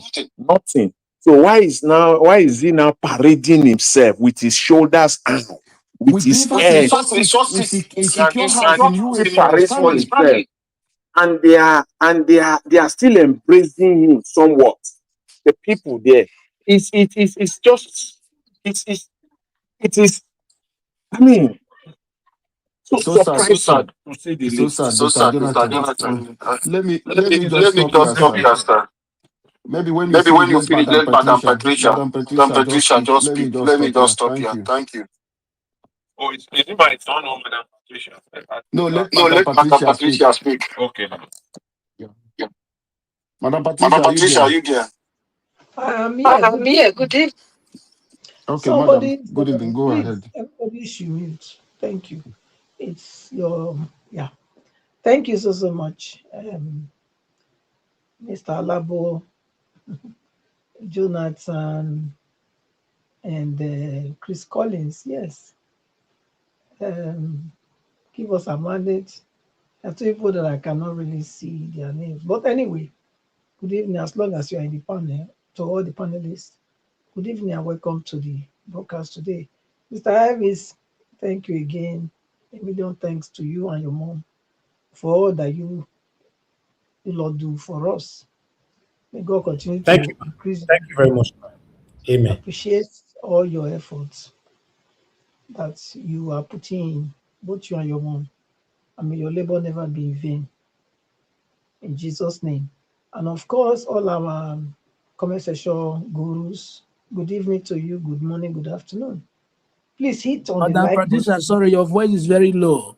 My voice is very low. Oh my God. Maybe I have to scream. Anyway, is it better? No, I think Yeah, that it's is better. your son. Your voice is okay in my side. I think it's Mr. Malik's side. Okay. So, anyway, thank you for acknowledging that. To the people in the comment section, it's great having you. Keep watching and also um, press on the dollar sign. Very important. Like I always say, the labourer is worthy of his wages. Yes, he is. So please do us a favor to press on the dollar sign and also share the link so that our voice will go far as well. And other people that does not know about this platform can also be blessed by the platform because at least they say information brings knowledge, and knowledge that you apply is power.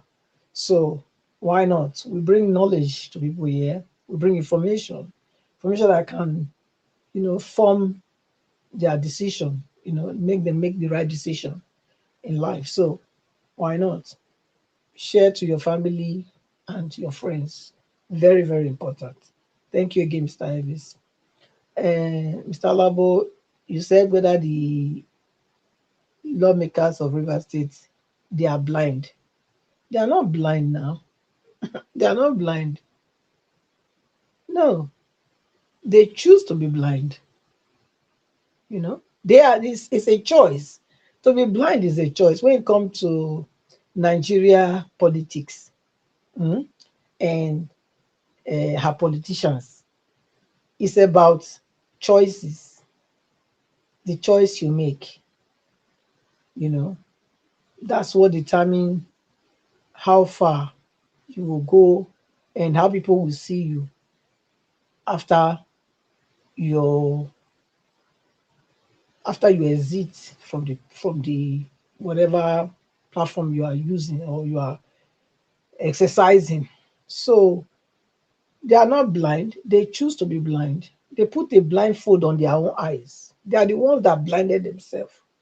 Not because they are blind. You know, people can make when you say they are blind, if somebody is blind, it's because probably somebody else made them blind. You know, it's not a deliberate blindness. But the River State House of Assembly members, it's a deliberate blindness. They are the ones that chose to be that. These are the same people. Come on, let's just put it on the board. These are the same people that immediately after they swore in what they call him, and this even the guy said, you know, the important again. Sole administrator. Eh?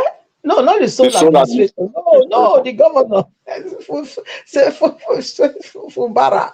You know, I think they started singing, "Now your mandate will stand." Eh? On your mandate will stand. You remember that was the first katakata that busted though in River State. That one, all of them, they were in a bus. They were singing on your mandate, both the PDP, all of them. You couldn't differentiate from who is APC or PDP or whatever. All of them were singing on your mandate, they stand or they fall.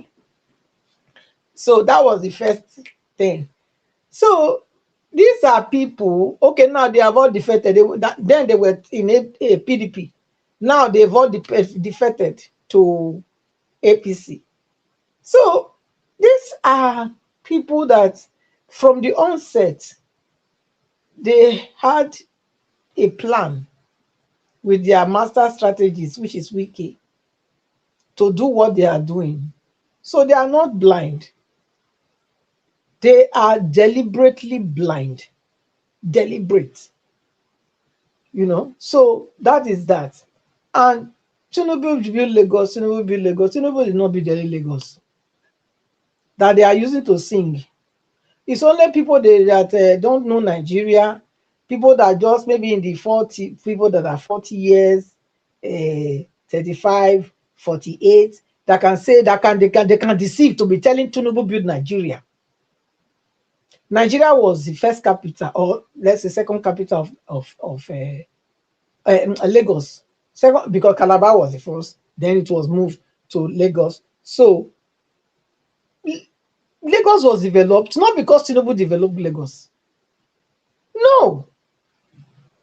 In fact, if Tinubu has built on what he meant, Lagos would have been more advanced than what it is today. So people that are going and having this slogan, Tinubu build Lagos, Tinubu build Lagos, you don't know what you are saying. You don't know. Because if you know, you will not say so. Because that's what they want you to believe. But I'm here to tell you that go and search. Go and do your own research. You'll find out that Tinubu did not build Lagos. Lagos has been developing, has been a capital of the country before it was moved finally to Abuja. Yeah. So the structures were already there. So nobody can come and tell me that Tinubu built Lagos, because he didn't.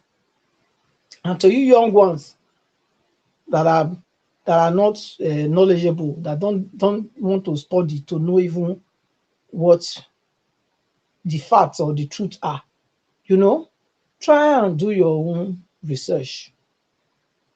Do your research because it will help you. If they come with any kind of information, try and, there are many, many ways of finding it today. It's not only on Google, you can also look into other search engines to find out the truth of the matter, So don't just run with every rumor every information you get and say that is the final, and start to educate people out of your own ignorant brain. So please don't mislead people by saying Tinubu build Lagos. Tinubu did not build any Lagos. Now, Datti Ahmed is doing damage control. That's what I can see from his newest or latest, interview. Because I want to go there. He tested the water to feel the pulse of how people will either receive him or reject him. Mama, 30 seconds. So that's what happened, and he know now that it's no go area. But at the same time, I don't see why anybody would say that he was saying that Obi said he was joining the coalition, that he has not said he's joining ADC. So I don't really know if anybody know. But we also talk, talk your own. I'm out the talk because I don't know how somebody, because the same Mr. Peter Obi has already told. He has already also told the obedient to go and get the ADC card. Aisha Yusuf also come and say, oh, she's getting a card. People should go and get. So I don't really know. This is like, it's so messy. People that are doing analysis, go and still try. Make them very, very simple because me, myself, my own analysis to say, he don't jump ship. May we not try paint. Because if you never jump ship, if they tell them, make them go take a ADC card now. How, are we talking to babies here? Somebody help me understand this kind of madness. If you never jump ship, why will you be telling your followers to go and take the card of ADC? Thank you, Mama. So so make una help me understand this madness. I don't understand that. Somebody help me understand that. No worry. For second round, you will do that. Thank you, Mama. I don't know. Okay, Mr. Jonathan, just speak before Chimeze because Chimeze be there before you. Your network not come out. However, Mr. Jonathan, if you are there. Okay, all right. Can you hear me? Yeah. Okay, Thank you, all sir. right. Good evening, sir. Welcome. Mr. Alabu, I greet you. Happy Friday. God bless you. Same wishes, I sir. hope you are doing well. The baby is doing well. The baby is not by now. The baby must be bouncing now. Yes, she's doing very well. The Just that we baby let her has sleep been for night. bouncing from the day she was born. Just that we let her sleep for night. Too. We are not sleeping in the night. Have you That's just not the heard the problem. baby? You know they hear the baby voice for the platform. You know they hear. That's And they good. hear the baby voice for the That's platform. good. Yeah. That's good. Now, I mean, I like Mr. Alabo. that's good. The baby has been bouncing. That's the joy. That's the joy of it. Enjoy Mr. every Jonathan, you not moment. hear where the baby talk that way he cried that day, and I interpreted wetin the baby use that he talk. Me, he say Tinubu should leave office. In the support in Papa now, the thing where Papa stands for, and it carries on. All right, now thank you very much, guys. I greet you, Mr. Elvis. God bless you greatly. Happy Friday to you. My fellow panelists, I greet you all. You're all welcome. God bless you abundantly. Mommy Diaspora, I greet you, man. God will continue to strengthen you. My fellow commenters and callers, I greet every one of you. God bless you all greatly. You're all welcome. Yeah, Madam Patricia, let me start from where you ended. I have no choice. I have to take it up from there. You talked about Tinubu, all these this Bugaboo, they will say that Tinubu built Lagos. That is the problem we have in Nigeria. And people continue to believe it. It shows the intellectual capacity of an average Nigerian. Forget about education. Education, you go to school, second, go university, all these things. When it comes to reason, to take a subject matter, to dissect it, and then to make an informed opinion on it, they lack it very, very well. Perhaps it's hunger. Maybe it's hunger. Because when you talk of building a state or a country, whatever you want to call it, or a community, there are simple indices, just simple. You don't even if you are 20 years old, you will know that this state is not built by the people who have superintended over it for the past 20, 30 years. There are simple indices. What is the state of education, primary school education in that state today? What is it? Or how is it going? What is the state of the healthcare system? So those are the things. What is the housing system in Lagos? There is none. All these things are just is substandard. You cannot compare it with any average, even average. It doesn't even meet average. So when you talk of development, where do you want to start from? What is development? They don't even know. Is it Agbero? What is it you want to call development? A state where the public schools are all dilapidated, a state where teachers are paid peanuts, a state where if you go to the hospital, the public hospital, it simply means that you are ready to die, a state where more than 60-70% of the people living there are not living in adequate, proper housing environment. So please, people should, and that's what our politician likes. They want people to remain like this so that they can continue to bamboozle them. They can continue to tell them lies because they know that these people don't know anything. Just as simple as that. They don't know anything. Whatever we tell them, they will take. Give them Gary. Gary is now is a luxury. Yes, pack Gary, do it in a package. Do well packaging Gary and give it to these people. They will lose their senses. Yes. If not, that is the case. If that is not the case, Mr. Alabo talked about conditional cash transfer. It is only in a country, in a state, where the people have lost all their senses that the government will be saying this, and they are getting away with it, that they are giving millions, more than almost, my estimate, but they are throwing numbers around. At some point, they say it's 13 million Nigerians. At some point, they say it's 70 million. When they try to cash them up, they will say it's 100 million. You don't even know the numbers. If 13 million people, let's even use the list of them, all those numbers. If 13 million Nigerians have received conditional cash transfer that you have been paying them, we will know. We will know in that country. We will know. But I put that one, the blame, I put it squarely.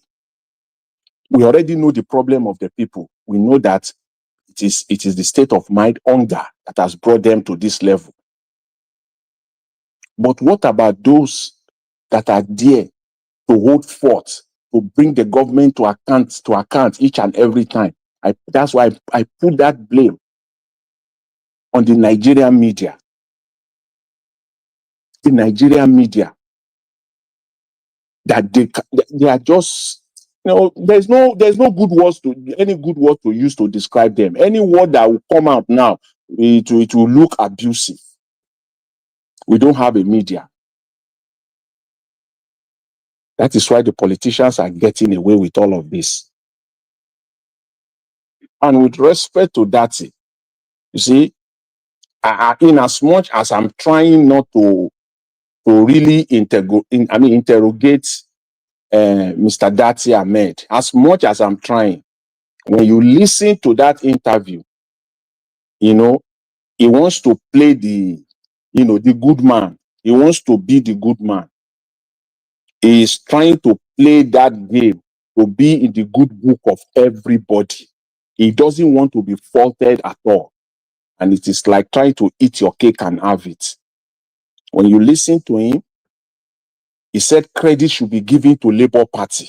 Because, it's always, when you listen to people when they are talking, is especially Nigerian politicians, it's always so interesting. And when you are not doing, when you are not doing the right thing, as much as you try, if you start doing the wrong thing, you will begin to appear and sound stupid. And you will not know it. You won't know it. The moment you are doing the wrong thing, that is the moment you will be sounding stupid. You will be appearing stupid and you will not know it. Unless you are called to order. Unless you are quickly called to order. And you'll be going deeper and deeper. How could someone come out and say all credit should be given to Labour Party for 2023? That was what he said. He said they should respect Labour Party, the party that brought 10 million votes. Who brought 10 million votes, for crying out loud? Who? So the man should not be respected. That one should be, they should be, the way they have been treating him since 2023, it is fine. They can treat Peter Obi like that, fine. He doesn't deserve any respect. But Labour Party deserve respect. Come on. Just listen to yourself. That is self-indicting. I didn't believe that kind of a statement will come out from Datti. So he's trying to eat his cake and have it, trying to be on the good book of everybody, but it's going to be a tough one. I'll just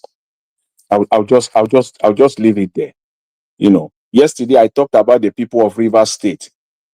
I think it is, let's just leave it for the people. We know the problem or the 30 problem. seconds, sir. Because Yeah, we have enter in Rivers State Nigeria. now. I won't take long, with respect to Rivers State. All this rubbish, all this gross misconduct, boogaboo they are talking about at the Rivers State House of Assembly. It is all about money. It's all about money. I listened to the spokesman of the house, the Rivers State House of Assembly. I listened to one of the interviews I had yesterday. Again, when you are doing something stupid, the moment you misalign yourself, there is no way. You will sound stupid. Regardless your intellectual capacity, you will begin to stand stupid and foolish. He was talking about budget. Talking about budget. The man did not present budget. I was listening to TVC too. That guy again was running his mouth there.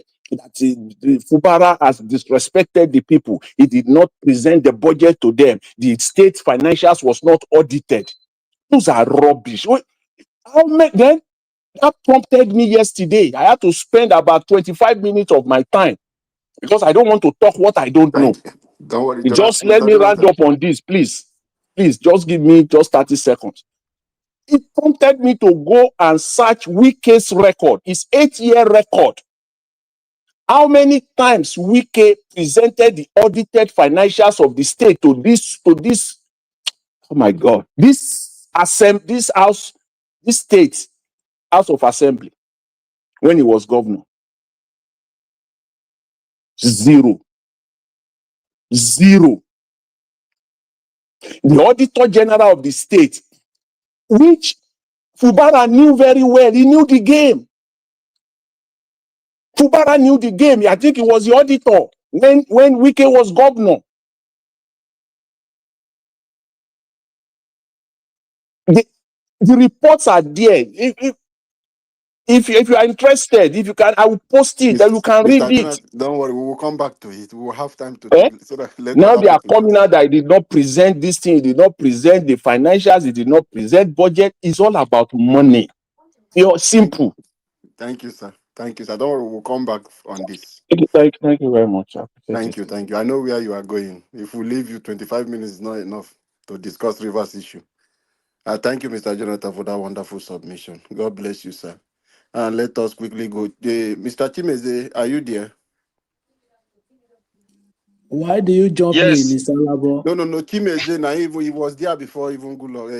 Good. I want to say good luck, Jonathan, before Oga Jonathan. Chimeze was there. Sorry, Abdul Malik. He was there. He went out twice. It's just network. Yeah, network keep kicking me out. Yeah. So, Mr. Because Chimeze, speak to the us. area. Yeah, Abdul I Malik, greet get ready. everyone. After Chimeze, you speak. Yeah, my brother. Mr. Alabo, thank you for coordinating. Mr. Niger Watch, Domo sir. I greet everyone in the panelists. I greet Mama in the diaspora. I greet all the whole Niger Watch family. I greet the good Nigerians, not the bad ones, because I can't say good to bad ones. Yes, we have come here again. I don't know what I say. Please, people in the panelists yesterday, what have I said that our papa, Niger was say, give me water. I don't. He said you don't What have did I faith. do? You Please, don't have faith. He said the way you talk, you don't have faith. No, I have. See, when you follow Nigerian politics, two things. Sometimes you believe in yourself. Sometimes you say because of the way they have been played, the way the politics being played in Nigeria, you kind of having that in mind sometimes. So you can see when you look all the whole elections, the whole thing that happened in Nigeria. Are you going to give Nigeria 100% or give yourself? I will give myself 30% over Nigerian politics. Yes, because when you put all your mind, like yesterday, Arsenal, my club was playing ball yesterday. I didn't watch it because of Nigeria issue. I didn't watch the game, and I'm trying to. I can watch it because I will leave that one. Focus in Nigeria problem. So see, politics in Nigeria is like it's a crazy. Believe me, it's a crazy stuff. It's not that is. If you look, you will use one eye open and one eye closed to be doing it. So what I said yesterday is like the way things are going in Nigeria. That's how me look at it.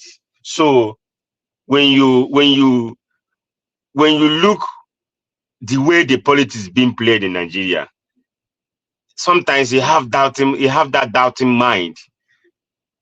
Okay, look at Edo State, the way they play the politics or the election went. Does it sweet us? No. But Niger Watch was telling everybody here, you focus on Aswe, you focus on the other man, you didn't focus on Opebowolo. You see, all those things. You see, when you look at it, can't you have that mind that this thing is it gonna happen? Does it gonna happen? They will rob you in their time. They will rob you in a white and white self rob you mode. You'll be saying, hi, how did this thing happen? How did it happen? So just be in your mind. If you're playing football, remember there is only one team will win. Bear in mind that he might lose or he might win. Because if we carry every time, you carry winning, if that lose come to you, it might just pim, you die. Go. You know how many people have died because of football, or because of things, or because of they lose election, or because of things they have heart attack.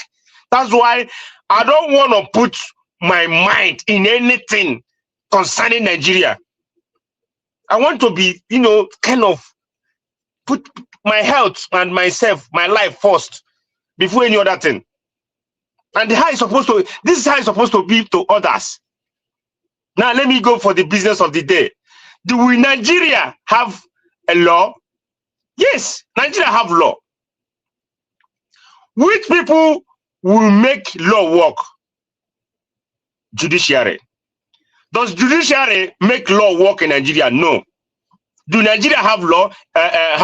Yes. Do your police make law work in Nigeria? No. So, if you are telling me Nigeria don't have law, Nigeria have law, but the people in government, the judiciary, doesn't make it work.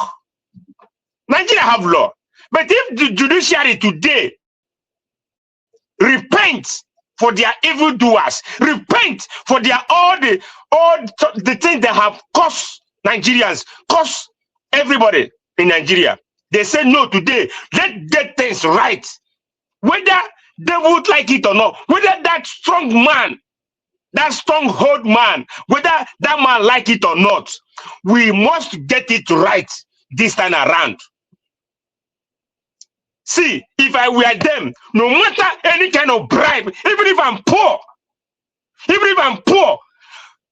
don't have even that money you give to me, that you paid me as my salary, I will fully contented with it.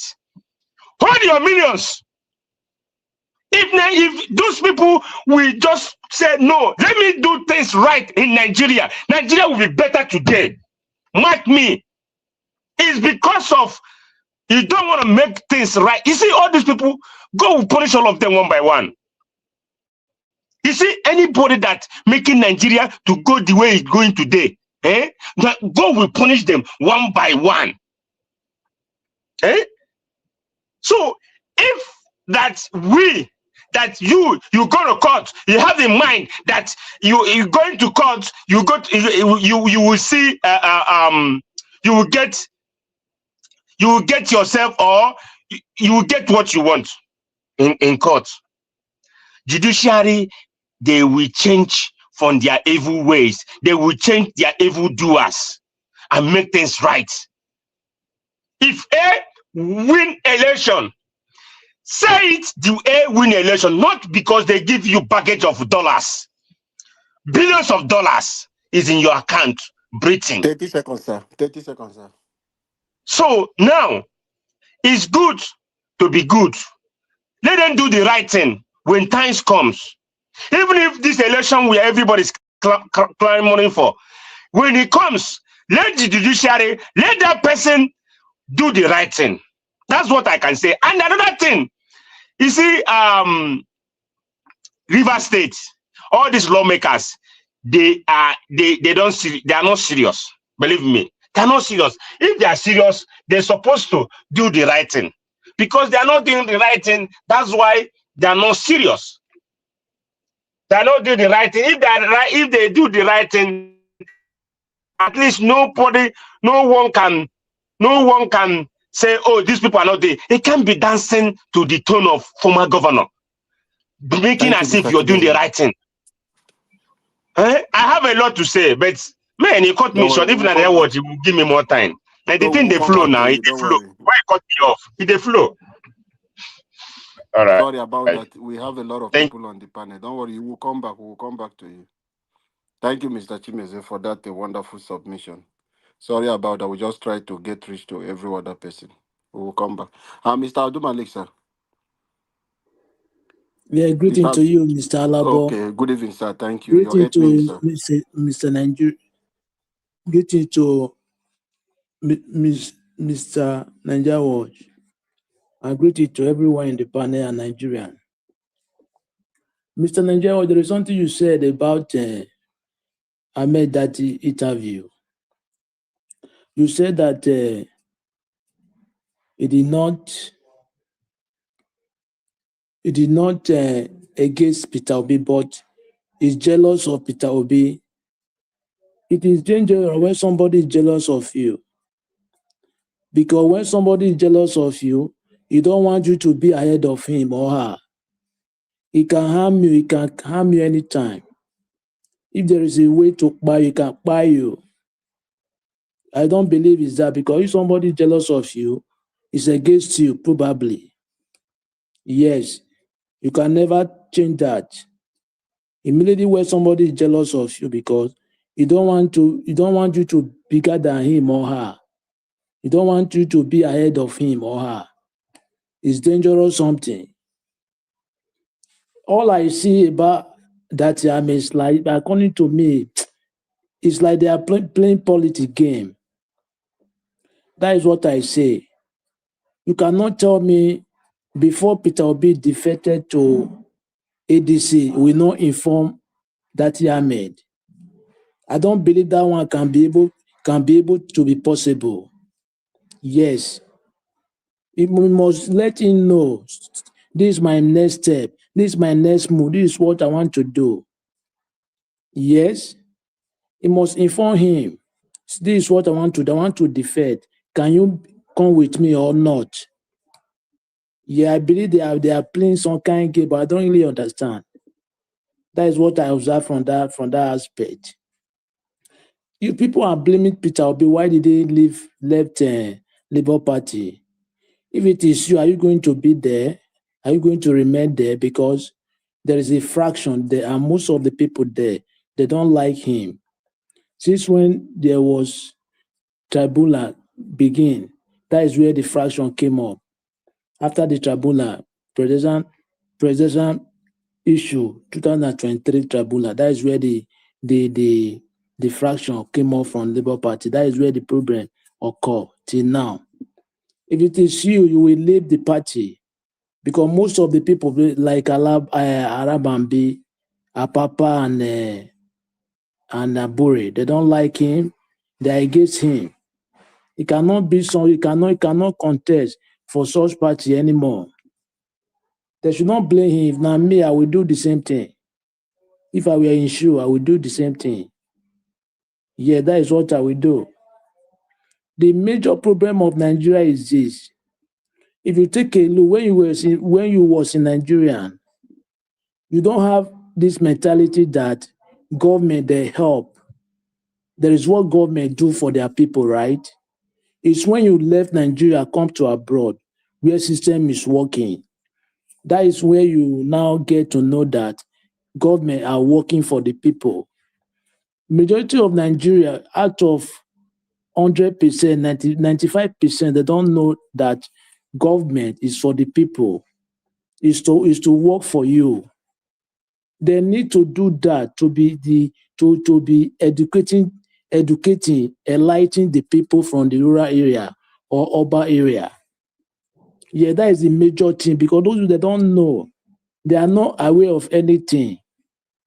They need to begin doing that now before 2027 election, so that they will be aware of all those things, what is happening, how government need to help them. I'm very, very surprised when somebody do road, when government do road or do boy, people are praising him or her. How? That is their duty. That is their work. They are not there for themselves. They are there for the people. But the people in Nigeria don't get that. They don't get it that way. Yeah, they don't get it. And those people, they need to be enlightened, to be educated, so that they will get in mind. Yeah, so that their mindset will be changed. Without that, the country cannot go anywhere, because they don't know how government work for the people. Imagine a country that have resources, everything, but the cities, even hospital, they don't have. They don't have school, education. They don't have road. It talk less or to have benefit every month. Imagine. Look at a country that is work. When immediately you have the born baby, you will be paid till 18 years old. Even though it is a little, depends the country. But Nigeria don't have that system. That is the problem we have in the country. And take a look now. If something like kidnappings are happening everywhere in the country, right? But the government don't even come out to say something about this. They don't care. And the citizens there, they don't even, that is the reason why I say they are not aware of anything, how country work. If they are aware, they would protest peacefully. It's not only when they arrest somebody, you guys come out to protest to protest about the person to be released. No. You can protest easily anything. It's your right. So far it's peacefully, not violent. But they are not getting that way. We have a long way to go in that country. Unless that mindset, that is a grassroots. Because if you take a way you was in Nigeria, you do the same thing, you're raising the same thing. That is your thinking. You don't even care about politics or about how system work to the people.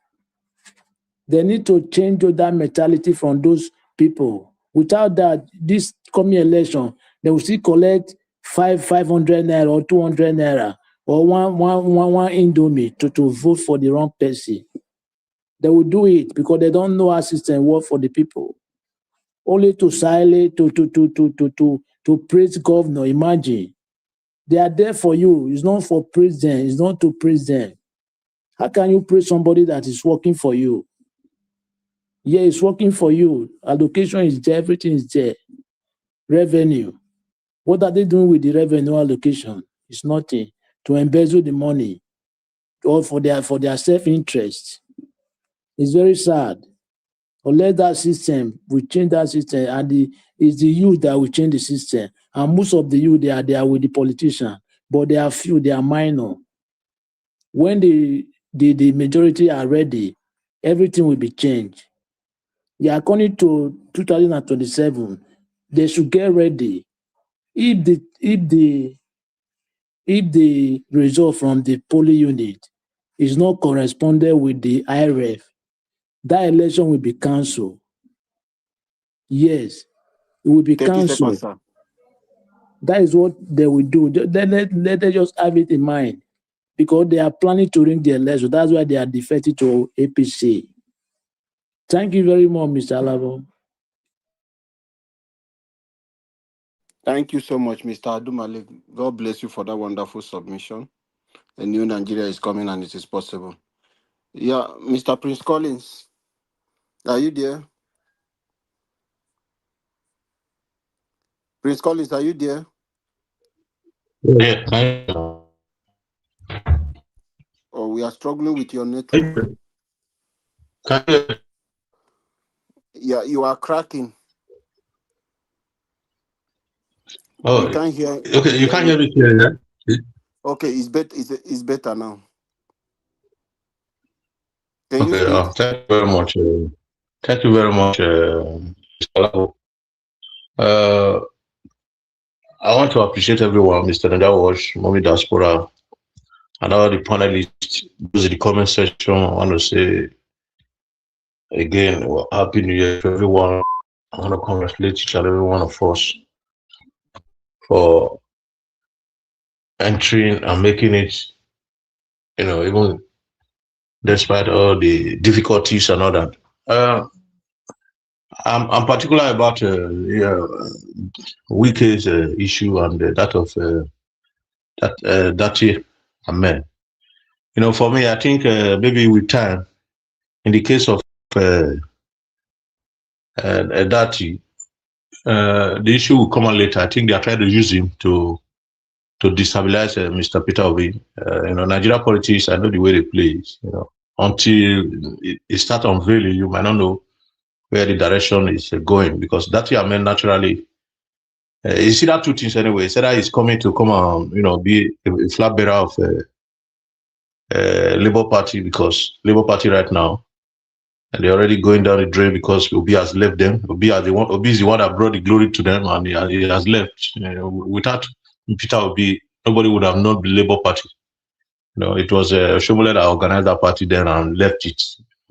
If Peter Obi didn't go there, nobody would have known, and he has left. I think Labour Party is now very, very, small in terms of accountability. So what I would say is that they might use him as an instrument, to work against Peter Obi. They want to use it to block Labour Party so that Peter Obi will not go there. So whatever he's saying in future, we'll be able to know. Because he shouldn't be opening his mouth to say that Labour Party is supposed to be, praised or recognized or whatever, because it was Peter Obi that brought the Labour Party to limelight. So having said that, he's just looking for recognition and he's trying to become a flag bearer, maybe get some money later because there's a amount they pay to them. I think that is what, because he's not relevant in any way. If not for Obi, nobody would have known him. Talking about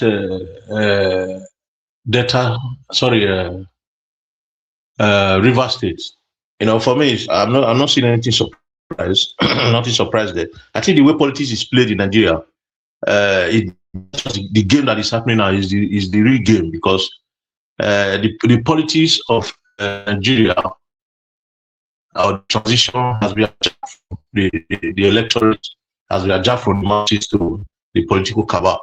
So in the normal circumstances, when you have a government that have been elected by the people, that the people's mandate was not truncated, when it's not performing, the people comes out to talk about whether it's going to be impeached or not. It's people's support, whether they don't like him or not. They go to pass through the system and see there's a vote of confidence.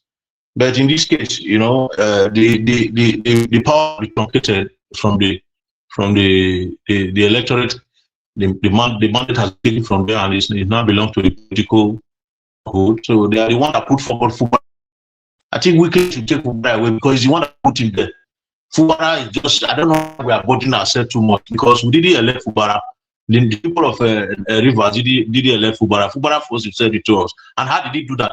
He did it through the cabal of these same people that is running for him now, that is not calling people to come and save him. These are the people that put it there. Nobody, we didn't, the Nigerian people didn't vote Fubara. So it was Wicked that put him there, forced him, against the will of the people. And he was the one that signed with Wicked that he will obey all the commandment of Wicked, 15 commandment, or 17 commandment of Wicked. So why is he not saying that he's not going to listen? I don't understand. They should impeach him. They should impeach him. Then let the House of Assembly go ahead and impeach Fubara, because he's not listening to the man, to those that put him there. We didn't put him there. Let them impeach him. If they want to use him to do something, they use him. Because is that what you said? You're putting fire. No, that is it now. Now you put Fubara there. I don't understand. Now you put Fubara there. Fubara, the time Fubara there with if you want to eat with the devil, you have to have a very long spoon. When Fubara there with Wicked for inner room, the plan how they want to frustrate the people. You forget what happened for 2023. Why they frustrate the people of River State against their will. Do you know what that means? Huh? Do you know when people go out to cast their votes, people stay in the sun, in the rain, pain and agony, suffer. Some people will even, sustain serious injury, permanent incapacitation. Some people will have, a death sentence for that simple reason. And at the end, the mandate is truncated. Do you know what that means? They should impeach him. They should do whatever they want to do. If they want to sacrifice him at the center of the Port Harcourt, the biggest ring road in Port Harcourt, let them do it. He's the one that went to sign agreement with Wiki. I don't know why people are bothering themselves about this man. Now he's behaving as if he's innocent. Did the people of Port Harcourt vote him there? When you have a system like this, where we Nigerians have problems, when it happens, we have to fight that moment. Not waiting for things to dilapidate to this extent. Do you know the kind of agreement that he went with Wiki? Is he not the one that accepted Wiki as godfather in the first place? Or he was thinking that he was going to bring Wiki there, and then bring himself there, then later he will not be playing with the intelligence of Wiki. You don't play with the intelligence of the devil. The devil don't forgive.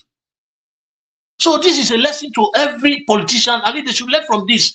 Let them frustrate him. Let them do whatever they want to do to him. The only thing is that it's River State that is suffering this thing. The resources of River State being wasted for no reason, and it's the fault of Nigerians, we Nigerians, because we are not speaking. When this kind of thing happens, once election is truncated, we have to fight immediately. When you don't fight immediately, you are allowed to fly. You allow that result to fly, you let the governor come in. This is the result. So whatever that is happening right now is just what is supposed to happen. It's not. There's no surprise there. Fubara is just running up and down, blah blah blah. Just be looking at it. Who voted in there? Is it the people? When you truncate the effort of the people, those that put you there, the cabal that put you there, you have to obey them. That is why you saw that many years, Lucky Bridgeon, the 8 years he spent in Benin. I mean, he didn't do anything. Because the leader put it there, they just, when the money comes, they share it, they take it to central, those central to an any pilot, they share the money. That was the game. That's why he enjoy his government. That's the way it is. If you want the people, just like look at what Mr. Obi is doing now. Peter Obi is doing this because he doesn't want to fall into the hands of this kind of giants that will not come and be commanding him here and there. That is why I say that they are pushing him up and down, because they know that if he refuses to listen to them, they will not let him get there, because once he get there, they will get what they want. That's the problem that we're having in Nigeria. That is why you see that they are frustrating Peter Obi here and there, because he's not listening to them. It's not with them. It's better. It's better he just stay the way he is now. That one, spoil his record with this kind of nuisance. So if you want your hands to be clean, take your clothes out of the dirty water. So whatever they want to do to this man, they should use him as an example, so that other people will not listen to godfatherism. They should use somebody must be used as scapegoat. Thank you, Prince. They should do whatever they want to do. They should impeach him straight away and drive him away from them. Let them be problem, so that they will all go. Let the next people come in and do a clean election. Thank you, Nonsense. Prince Collins. Thank you, sir. Thank you, sir, for adding your voice. Thank you for that wonderful submission. God bless you, sir, for what you do. Mr. Niger Watch, what do you think we should do? 3 minutes or 2 minutes? I know today is weekend. Whether I want to take Madam out too. All right. In the absence of a Niger Watch saying anything, okay, let's go around with 3 minutes. It means it's a yes to us. Madam Patricia. Mama, are you there? Okay, Madam Patricia is not there. Okay, let me start with Abdul Malik. Abdul Malik, let's just go around that way. Abdul Malik, are you there? Yeah, good evening once again. Okay, Mr. 3 minutes, sir. 3 minutes, sir. Yeah. Alabo. As I said before, you see, they need to start to educating, enlighten people in the rural area or urban area to let them know how system work. That is a major problem they had in Nigeria, because they don't know how system work. They believe politicians, they are elected there to work for themselves, which is not so. Yes, that is the reason why when somebody do one project like road or open boy or something like that, there will be clapping hand, which is they are there to develop, to bring the infrastructure and everything development in the state or in the country. They are not there for themselves. They need to be to elect people or to let people know how system works, so that 2027, what happened 2023 will not repeat itself anymore. It's not that now they will collect 1 naira, 2 naira to go and vote for somebody that is not capable, is not competent. Understand? It's not accountable. It's very wrong. That one is not acceptable. Let them vote the right person who know what he's doing. Yeah, so that they can get it right. To fix a country, a nation is not a rocket science. It's just because of there are those people, they are evil, because they don't have human feeling. That's why they allow people suffering. Yeah, because somebody who have human feeling, he always be kind to human being. No matter what, he cannot allow somebody around him be suffer. No. Those people, they are evil, they are devil. That is what I see. Thank you very much, Mr. Alabo.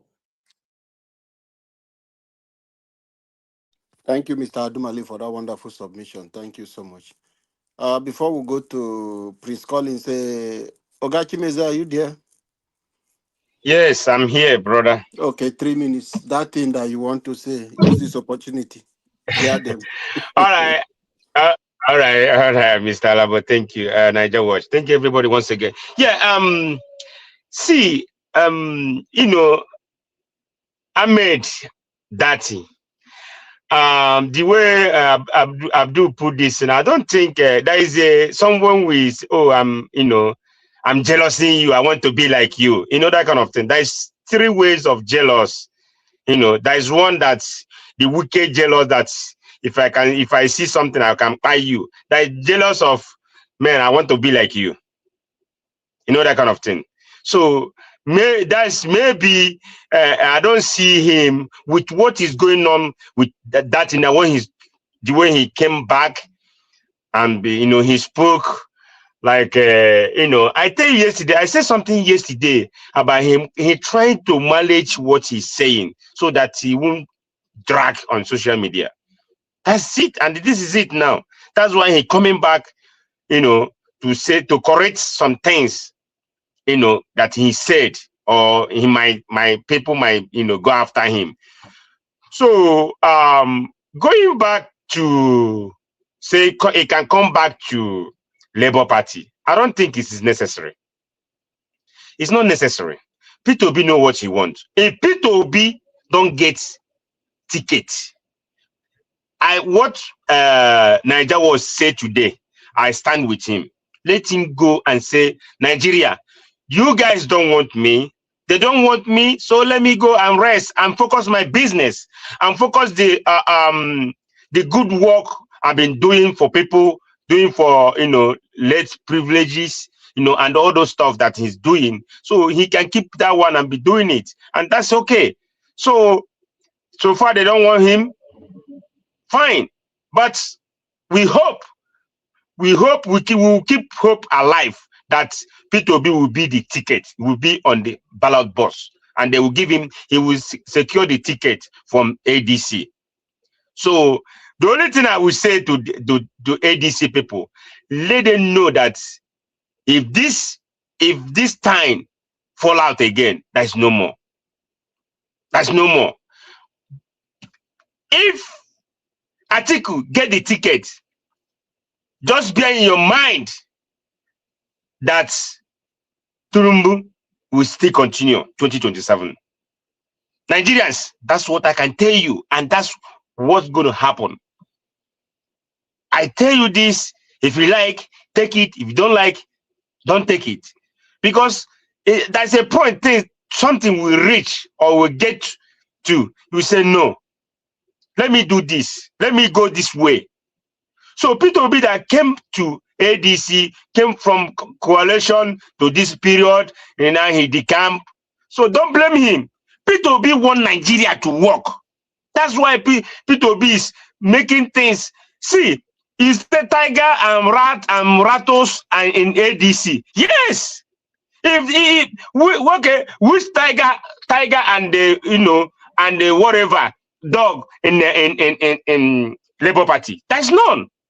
All of them is like, talking like a woman, no action, nothing. But look at ADC. Look at them. Look at the men. There's men there. It's not children. It's men. Timber and calibers that will match 1-to-1 to APC. Bomber to bomber. If we say APC will bring in iron, they will give them iron too. Anything they will bring, they will give them. Look at them, David Mark, look at all of them. So he said Peter Obi won't be there. So this right thing he did to go there, those people, if you see, you can use thief, you can use style to collect something from thief and make it right. That's how I'm gonna put it. So anybody that say, oh no, yes, Peter Obi remain that place until that ticket come and go. And now we see you get it or you don't get it. Then we say, my brother, go and sit down. You have tried. You have tried to for you to come up and say, let me enter ADC. It's for you. He want that country to say, he want that thing you have in your mind to do for Nigeria. He want it to happen. Thank you, sir.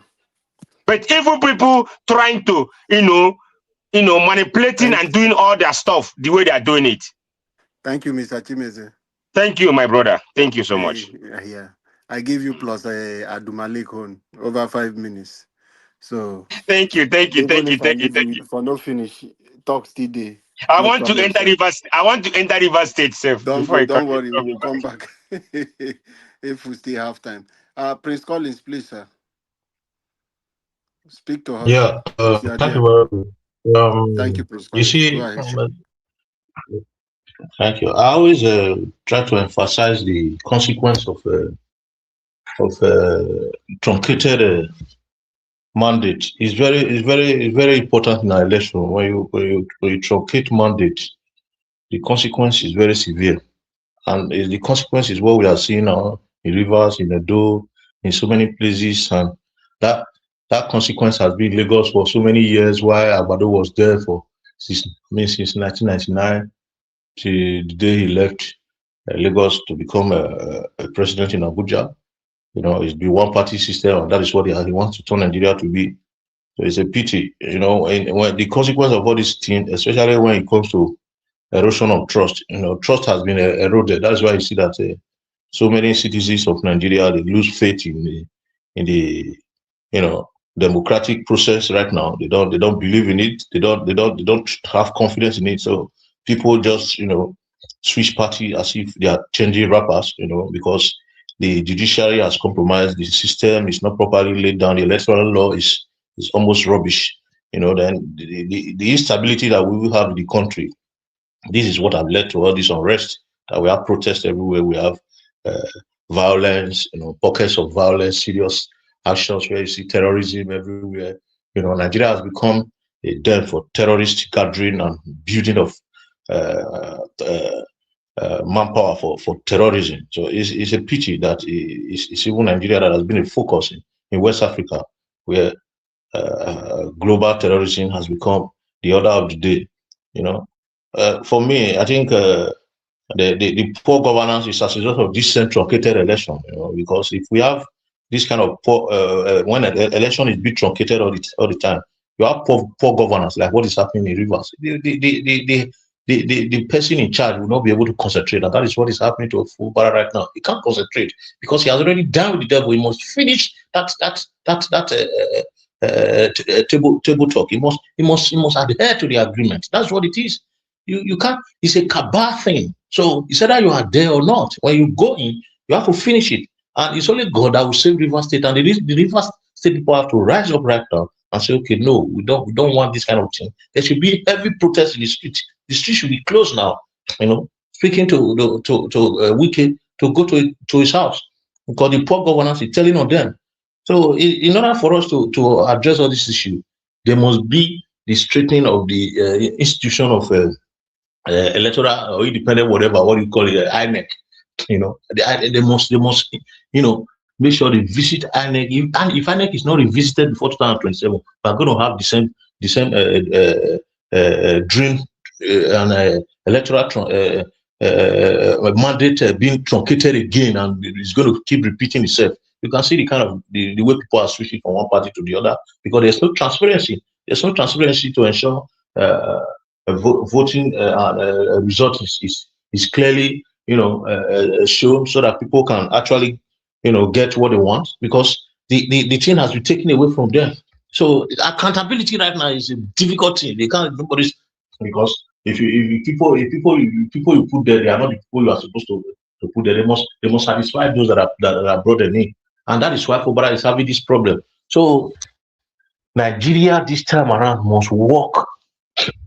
I think what we need right now, for me, is by way of civic engagement. There must be civil society pressure. The civil society must start acting now. Activism must be the order of the day. Throughout this 2026 must be a year of activism. Those of us that are powerful enough to speak must be speaking We shouldn't stop speaking. We have to speak our voice. We have to speak to our people, just as Malik has said. We have to educate people around us. We have to speak all the time. We cannot say we are not part of it, whether you are in or out. In fact, those of us in diaspora are even suffering more because we are taking the responsibility of what the government is supposed to be doing right now. We spend our hard-earned resources taking care of the duty of the government in Nigeria back home, which is very, very sad.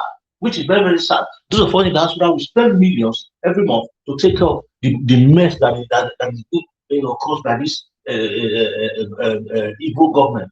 Where the mess that is being caused by them, they don't no remedy. What we spend here, most of us we spend the resources that is made for our children to take care of people back home because of our extended family that are suffering due to bad governance, due to bad leadership.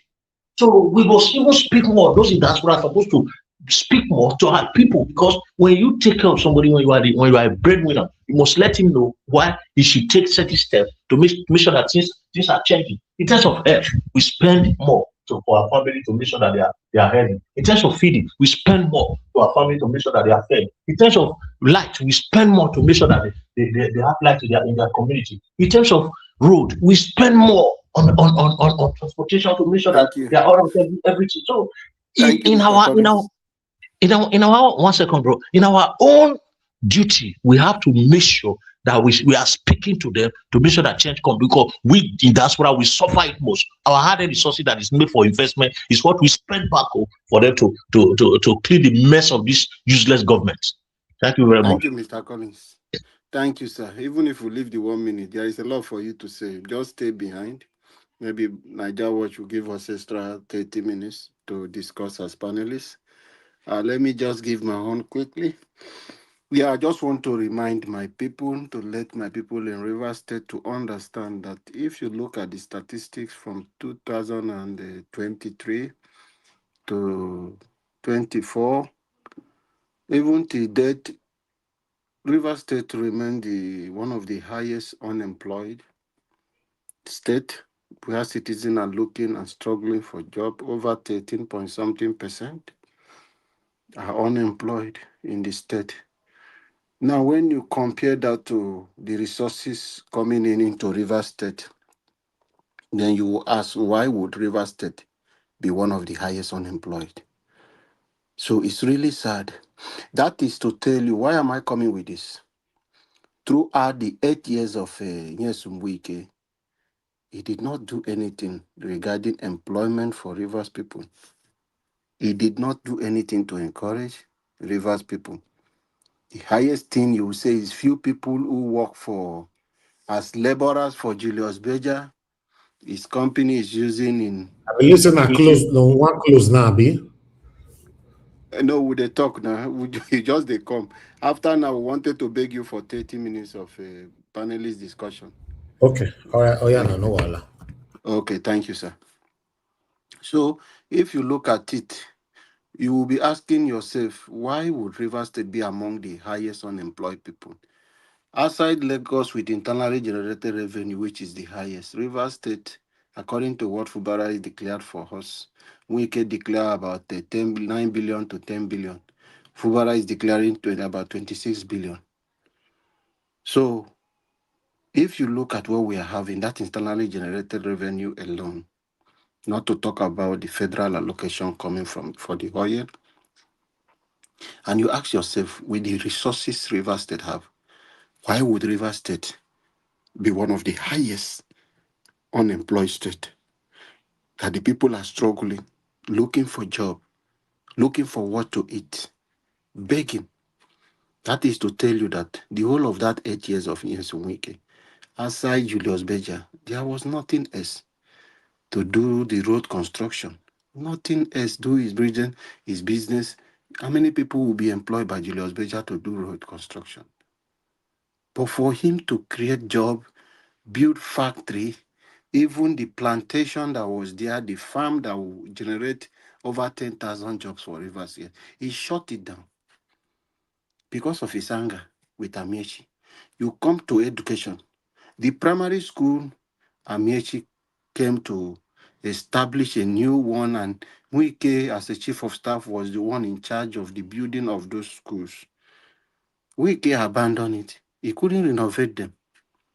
He left it. Even the teachers who were working, teachers' welfare and everything, to train them, he didn't do anything. When we're talking about the importance of human being, the capital, human capital development we talk about, Wike did not do anything regarding that.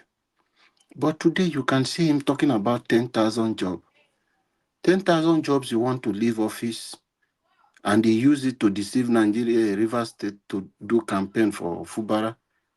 Then he brought list of criminality. When Fubara saw what was happening, he couldn't continue. It was an audio employment that the money will be going to Wike account. So a lot of these things happening. And today you wonder why the same people, they make them more poorer, are following Wike. You go to every local government, you must see few people coming out to support. Those people are not in their clear eyes. If I'm telling you, some of them did not get up to 500 naira. Some didn't get up to 1,000 naira. They promised them all sorts of things just to gather crowd. In Bonny local government, people did not come out. Upon what they tried to do, no people didn't come out. So out of shame, the local government chairman was telling Wike, it's because Thursday was a workers' day. People went to work. Everybody had to work. That is why you can't find people here to welcome you, which was a lie. They couldn't find people to pay in Bonny because Bonny, there are jobs for more people in that place. People through the company NNNG that is there and other oil company. So it wasn't easy for them to manipulate people, come to say, take 5,000 naira and do. So when you see that politicians, people, citizens are busy, have jobs to do, these people will not have people to go and be chasing crowd, doing those rubbish they are doing. When you are busy in your office, will you shut down your work? That you will not lose your job to go and be welcoming Wike. Well, which person that have sense, have a lucrative jobs that is paying him, will go and be doing that? So they continue to make people poorer.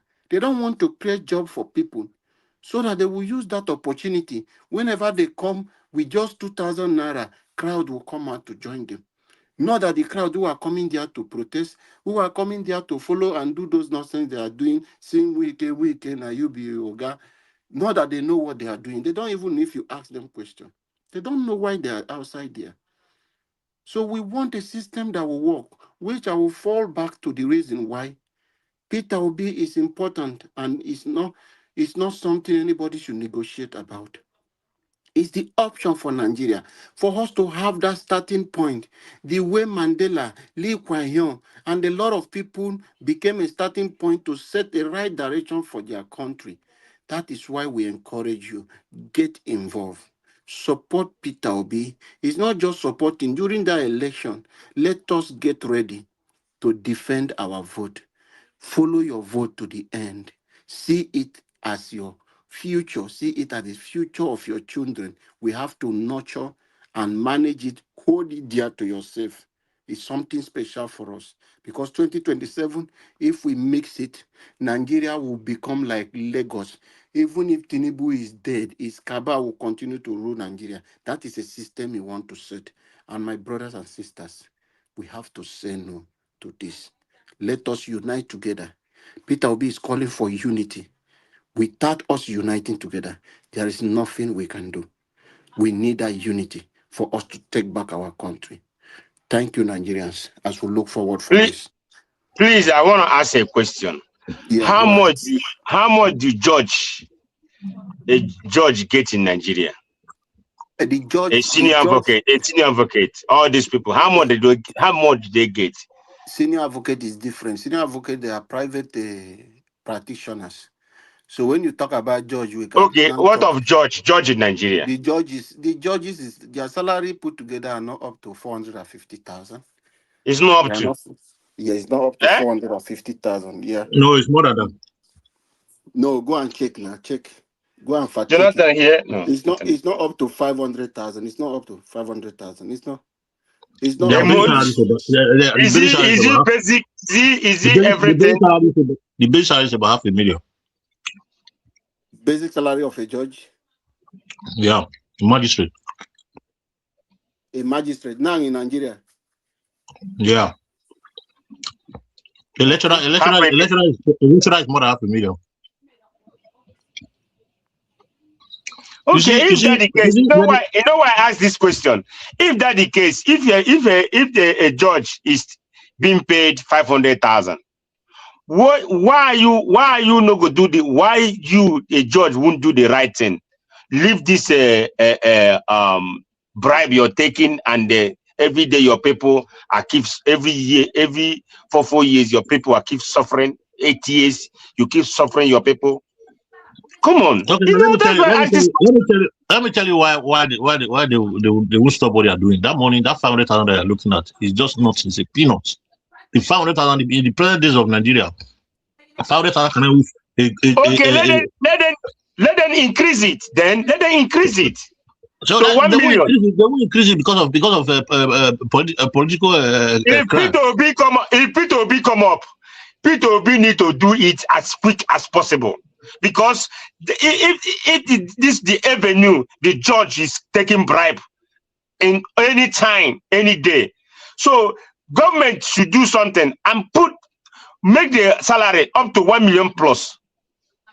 Believe me, 1 million plus, you will see this nonsense will stop. Because why all this thing will be happening? Because they are not being paid the money they're supposed to be. That's why they keep doing what they're doing, keep collecting bribe and doing another way around. It's very shameful and it's very annoying. Believe me, it's not good. Okay, according, I just asked Google, and I compare it also with ChatGPT. It said the approximately for the judiciary, which is the chief judge of the federation, as at for 2024, which Tinubu increased their salary, which a chief judge of the Federation of Nigeria receive at least a minimum of about 64 million naira annually. 64 million naira annually, which is monthly of a 5.3 million naira monthly basic salary and allowance. Then what are we talking about? Then approximately monthly package for the justices in Supreme Court is 61 million annually. Then 4-point-something million naira, 4.2 to 4.4, just like that, depending Mr. on Labo, It's me that was making mistake. These people being paid good. These people being paid good. They're being paid good. Please listen. Sorry, my brother. Not Mr. Labo. Get off my brother. What's his name? Sorry. You see, let me tell you the problem we have in Nigeria. It's not this people per se. You see this hooliganism in our political environment. These people, especially like Wike, and with the kind of way, imagine, let's use Wike as an example. With the way Wike is desperate, you know that Wike can go to any good judge in his house and give him any amount of money to come and do a job for him. Not just anyhow. The bribe for judges is billion. Not this thing. Now imagine a judge receiving 62 million annual. That is 1 year. So how do you think they buy those houses? It's nothing to them. What is 62,000? It's just 62,000. It's just like you who 62 million. It's just like you who are working here in abroad. You are getting annual this thing. You 62,000 pounds. You are even earning more than the judges. So it's little money. So when they come to them, the money is just small. It's small. It's too small for them. It's small for them. So that is not the money they are living on. Why judges are too rich in Nigeria? Did you hear Justice Wike, what he told the Malami lawyers? When I was saying it on this platform earlier, that what happened with the EFCC problem, why EFCC are not winning most of those cases, is the sand them. The lawyers will come. Those who know the judges, the corrupt judges, not the ones who doesn't want to associate anymore. The corrupt judges that you will hear that they have 10 houses in America. The lawyers who are their friends will tell you, okay, I know this judge. So when they manage to buy like 5 judges, you that have this EFCC problem will come. If it is 50 billion the EFCC is accusing you of, or 10 billion or 100 billion, you have to divide this money for these lawyers and the judges. So they will strike out the cases. EFCC will lose out, then will go behind and share those money. That is what happened in Nigeria. So EFCC lose out totally. Some of them, with the judge, will say no, they will manage EFCC. What EFCC normally get more from them is what? Properties. Some of them, which the judges collect so much money that will be wicked, he will tell EFCC to return their property back to them. We have seen it in this country. Not that those people are not corrupt, but the judges who are corrupt, they are greedy. They will share this money with these criminals and they will go out and discharge and acquitted. What do you think happened to Ojus Okalu is making mouth in this thing for his over 7 point something billion? I think it's just ordinarily. We have a long way, Nigerians. We have a long way. That is why we need Peter Obi to come in.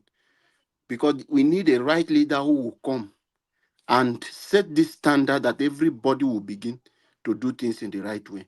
When we hear Dele Faro to me shouting about the corrupt judicial system, you think it's something he doesn't know. He's a lawyer. He knows what he's talking about.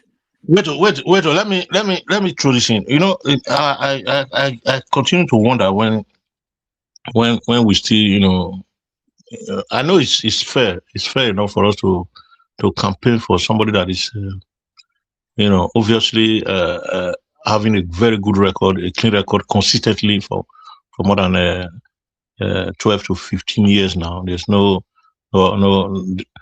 nothing against him and all that. You see, let me finish. You see, I know you finish. You see, Peter Obi, as you are finishing with Peter Obi, they did not they investigate him even when he was in university, when he started his business, all his tax record. Okay. They couldn't find anything to hold him. So in an average, before I will say this, then I will ask this question. You see, with all this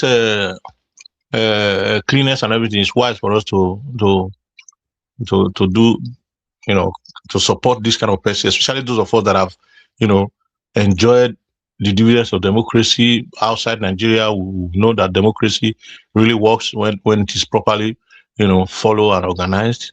And when it is not, you know, truncated. But we are talking about Peter Obi 2027. We should do this and that. Let us do whatever we want to do.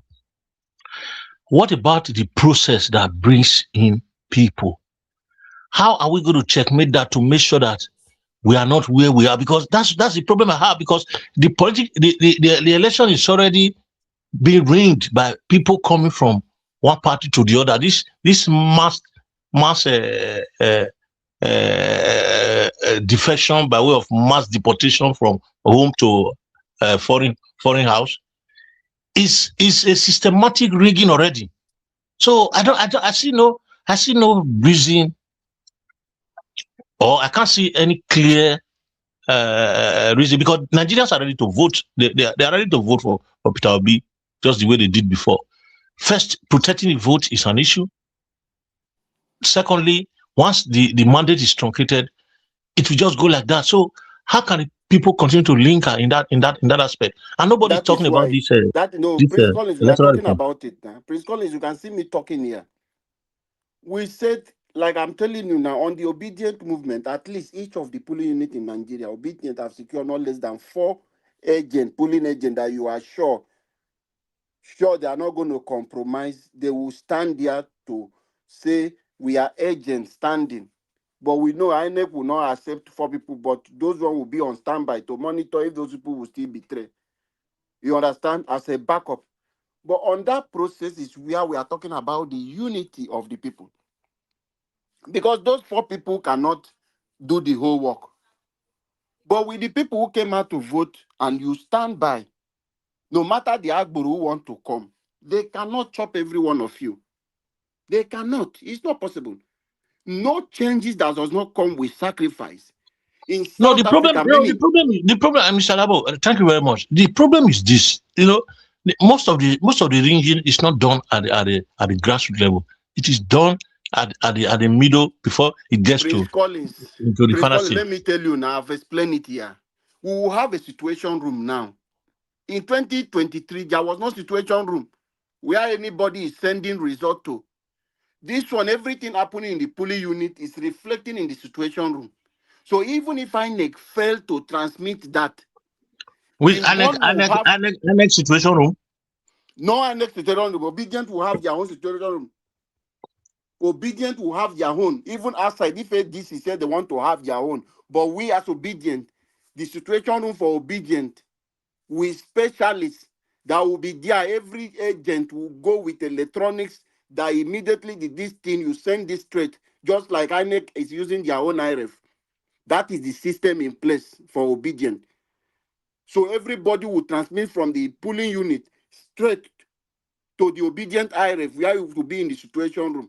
Everyone will be monitoring what is happening in every polling unit. Okay. Then Let's assume. Let me ask another question. Let's assume we have all these things that you are saying, all amenities fixed, everything okay.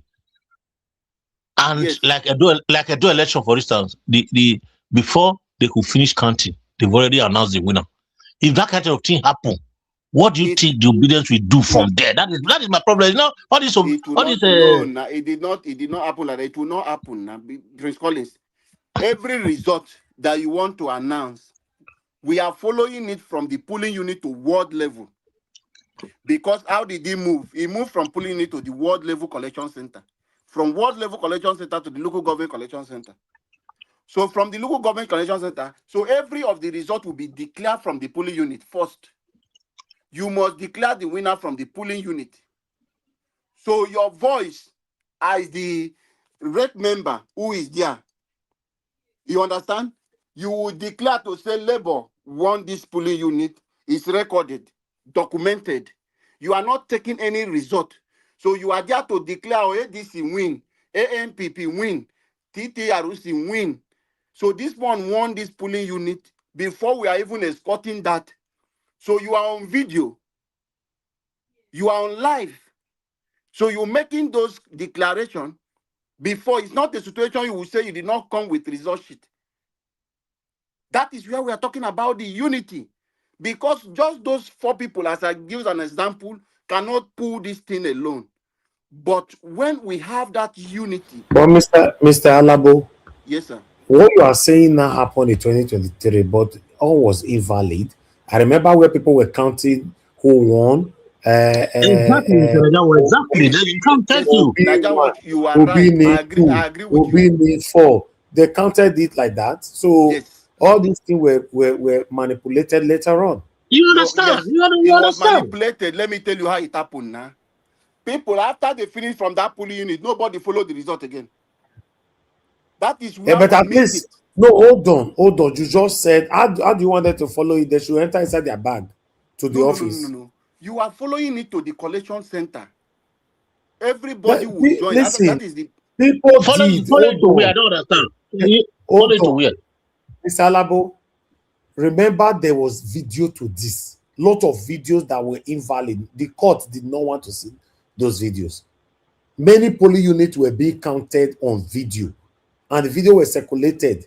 I streamed so many videos here. We were live in more than 9 states. So at the end of the day, the court decided not to see. They are not interested. So what you are suggesting already happened. These people, if they want to ring, they are not interested. They would say to you that what you wanted there, what you have on your video is invalid. That was different from 2023. Nigeria Watch, we did that at the polling unit and declare it. Then there was no agent to come. When they asked Labour Party, bring the agent, produce your agent with the result sheet of which they signed with them. There was nobody to come with those evidence because we couldn't get people across. And those videos you are talking about only happen in Lagos, places like Edo, and some other few places. Yeah. But those few places it happened, did they allow the video to count as evidence? No, we are not. That's why we are not talking about the video. It's the result we have, and we'll follow that But we one. have so That you are many not going to videos that change. said the result is Mr. Naya was 500. hold on. Mr. Labo, you know that Mr. They Labo, you know changed it that from there 500 were to results. 50. Mr. Labo, wait, you know that Yes. there were results that was written, signed, and those results, about 75% of the result was altered. Yeah, that is what Was happened in Rivers State. Now altered, we and the didn't court follow it. accepted it. What happened in Rivers State was that our people were just so happy they left something for Wike. So Wike went to the INEC office. Then somebody sat down there and rewrite the thing, and nobody was there to protect the result. And they put it, and that place they did not put them the same way they put in the IREF. But if we are there in the polling unit, Niger Watch, we are there in the polling unit, and you put it on the IREF, then we put our own also, move it to the situation room. That is what we'll be protecting, then monitoring the IREF on, follow it to the end so that they will not have anything to alter that result again. To Let me tell you, another Mr. one. Labo, let me counter that. You know, in Nigeria politics, there are things we need to put into consideration. You know, and Nigeria politics, there's a tradition to it. They have tradition of playing. There is what is called power of incumbency. You see this people moving from that is this defection, this mass defection that you are seeing. Why do we have this mass defection? It's a result of the strength of power of incumbency. It's a result of the strength of incumbent governance. It's a result of the strength of those. Hold on. Let me finish. You see, the present system of politics that is played in Nigeria, the strength of the people is with the strength of the incumbent government. Why? Because poverty has been weaponized against the people. The incumbent government bring out the resources that is made to transform the society, keep it for election. When election comes, these people that you are saying that will come out now, that will come and stand for you, the 4 people, 3 people that will stand in the polling unit to protect election. These cash are made to share among these people. These people will take this money because they are poor. They need the money, they need the cash, immediate cash. They will share it and tell them to go home. It's not this is that you are just saying, it's just like you are not in the system. I can't understand. Why? Because for me, I know the way this thing is played. When we are talking about a polling now, unit, let me give you a good example. Let me give you a good example. Prince Collins, if you are inobedient in your home polling unit, it might be a person like you who is well doing. We are not talking of hungry people to be a polling unit agent. No, it's not what you think. No. Let me tell you, those people that you are saying that they are hungry, it's not hungry by per se. There might be somebody that is strongly willing to stand for the obedience. Like people that are going to put in a polling unit. Me and you, we are not going to go down and go and stand in the front of all the polling units in our local government. In our local government, can we? No. Why can't you? You can only stand in one unit. You can only, as a person, you can only stand in one unit. Only one unit as a person. You can't stand in all the units even in one primary school. If you have 10 polling units, can you stand in all the 10 polling units? No, you can only stand in one at a time. You can't stand in 10 or 15 or even the local government talking about the 700 something local council. So the issue here is that the people that the Nigerians as a nation, the people they weaponize poverty against them. Corruption have entered their blood. People they don't even have that mind that Nigeria is for everyone. They believe that whatever you take is for you, and that kind of spirit that is there. They might be telling you that they will do this and that and that and that. When it gets to the time, they will just bring out this money. Do you know that this past election that went on, even because of power of incumbency, the federal might didn't even allow Edo State Governor, what's his name, Obaseki, to even near where they were counting the election. Do you know that where they were counting the ballot paper, Obaseki they didn't allow him to go into the place. Go to YouTube is there. Now you will not be telling me that now you will not be telling me that me and you, for instance, that is from a poor home where we just left our house to go and protect election. They will not let us to follow the let me tell you something. If you are forgetting how Nigeria, what is happening, the 2027 election is what will define the state of Nigeria. If neither we will have a country like Nigeria or everybody will go their different way, or something else may Yeah, happen. the same thing we said in 2023. We said that in 2023. No. It didn't. That movement was not like that.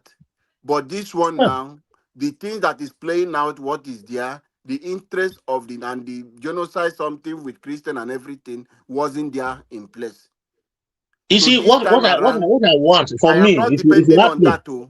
But if you ask me what I will advocate, is what I'm still advocating, and that is what majority of activists are doing. Nigeria should agitate for electoral reform so that we have a clear-cut electoral reform that will present a good election. That's the only this thing. You see, all this thing that we are saying that they should do this and that, do that, they are just mere saying. There should be a reform the law. You know what controls the system? Just like you said one time like that what controls the system is the law. When the law is compromised, the system is going to be compromised. I think Nigeria should work towards transformation of the electoral system. Without that, anything that we're going to do is going to be a wasted effort. People will suffer and die for nothing. This people will still do. Why are they not doing it? Why are they not doing electoral reform? They've got reason for it. They've got reason. Why is it? You think if the electoral reform is proper, Tinubu to give you electoral reform? Then that is to say we are not going anywhere. Do you expect him to give you electoral reform? Yes, if he does not give it, then we are not going anywhere. We should stop pretending as if we are going to win election in 2027. That is my problem. When you say we are not going anywhere, you should break it down. What do you mean by that? We are not going anywhere. We, the obedience, we are not going anywhere because not go out for election. Mr. Alabo, you know what Mr. Collins is saying. You don't wanna listen to him. He say, we're not going there. That's the point. That's the point I was making in my submission, that things are not putting right. So if you're not putting things right, you can't keep doing the same thing. What is the solution now? If now the solution is what I'm saying. This is the solution. Okay, if Tinubu did not give Nigerians electoral reform, what should Nigeria do? If Tinubu refused to give a Nigeria electoral reform, you see, I just spoke about what do you call it? I spoke about activism and people coming out to speak. You know, like if we have agitations everywhere concerning this electoral reform before election, and people begin to say either there should be electoral reform or no election. From there, we'll begin to, because we are practicing democracy. What you do in a democratic system is for you to let out your voice, stand by it, and let it go. Peaceful demonstration. Before the end of 2026, there should be peaceful demonstration everywhere. That is why it's very painful. Somebody that will head this kind of peaceful demonstration should have been this our principal Peter Obi. Honestly, but people will not believe me.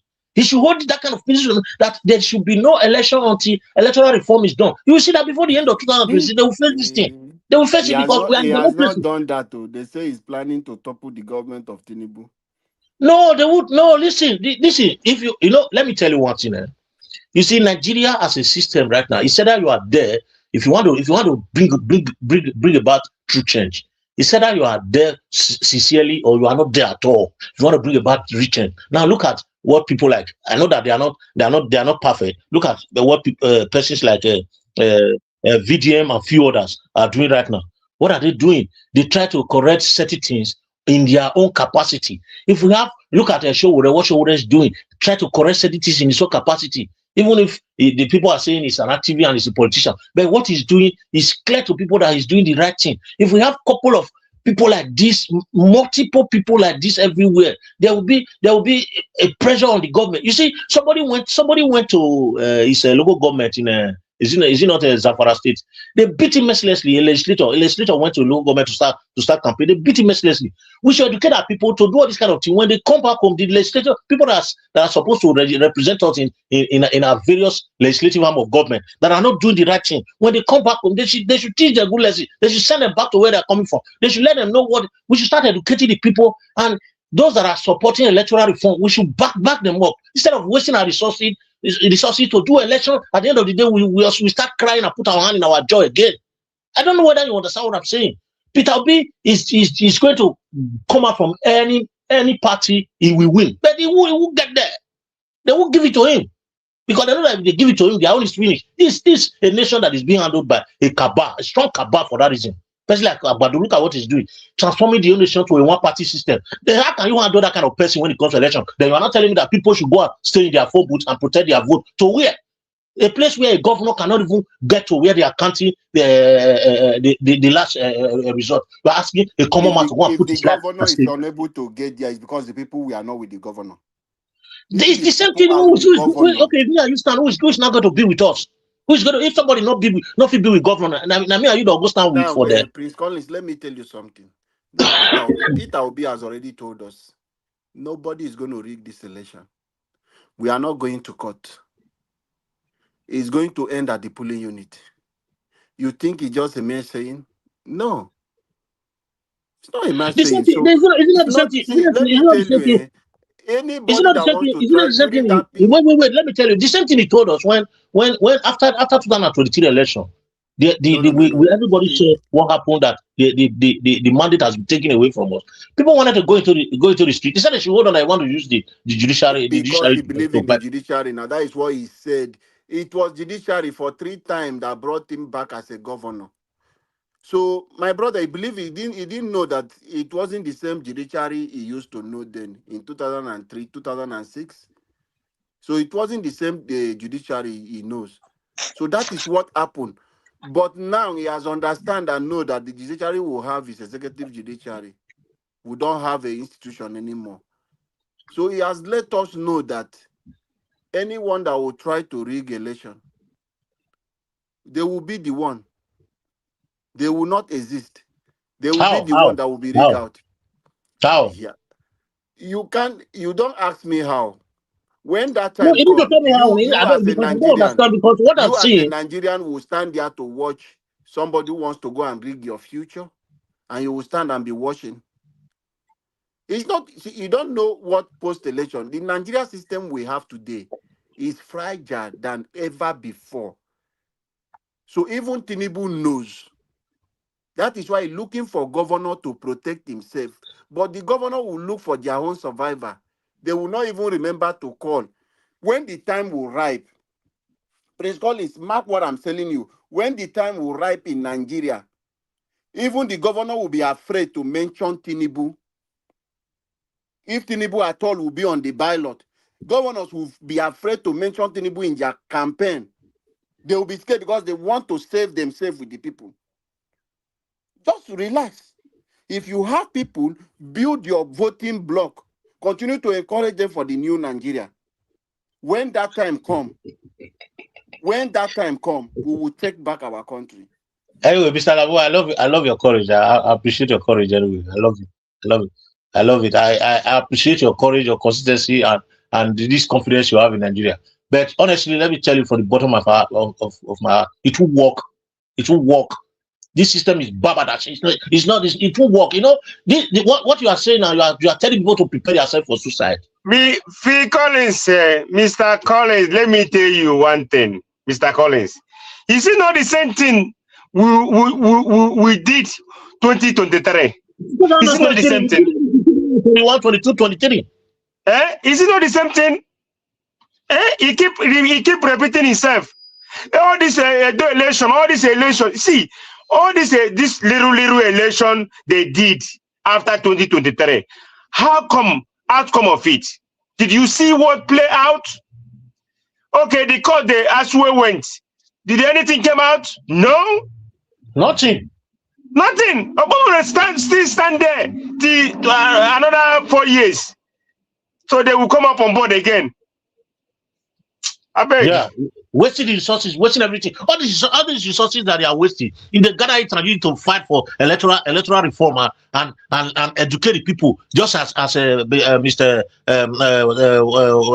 Mali said, educate people, enlighten the people, tell them what they need to know. Especially those of us. Do you know that the problem Nigeria has is that we in diaspora, we are the one that is supporting this bad government. Do you know? Okay, now thank you, Prince Collins, for coming in with that. When I'm talking about you building your voting blocks, I mean it. Some of them, how often do you engage with them? What is your thought regarding 2027? How are you feeling? Which way is your direction? Some of them, I ask them before I give them anything. I still ask them, do you like the Yeah, way yeah, I understand, I do you understand. But like the way you are begging like this?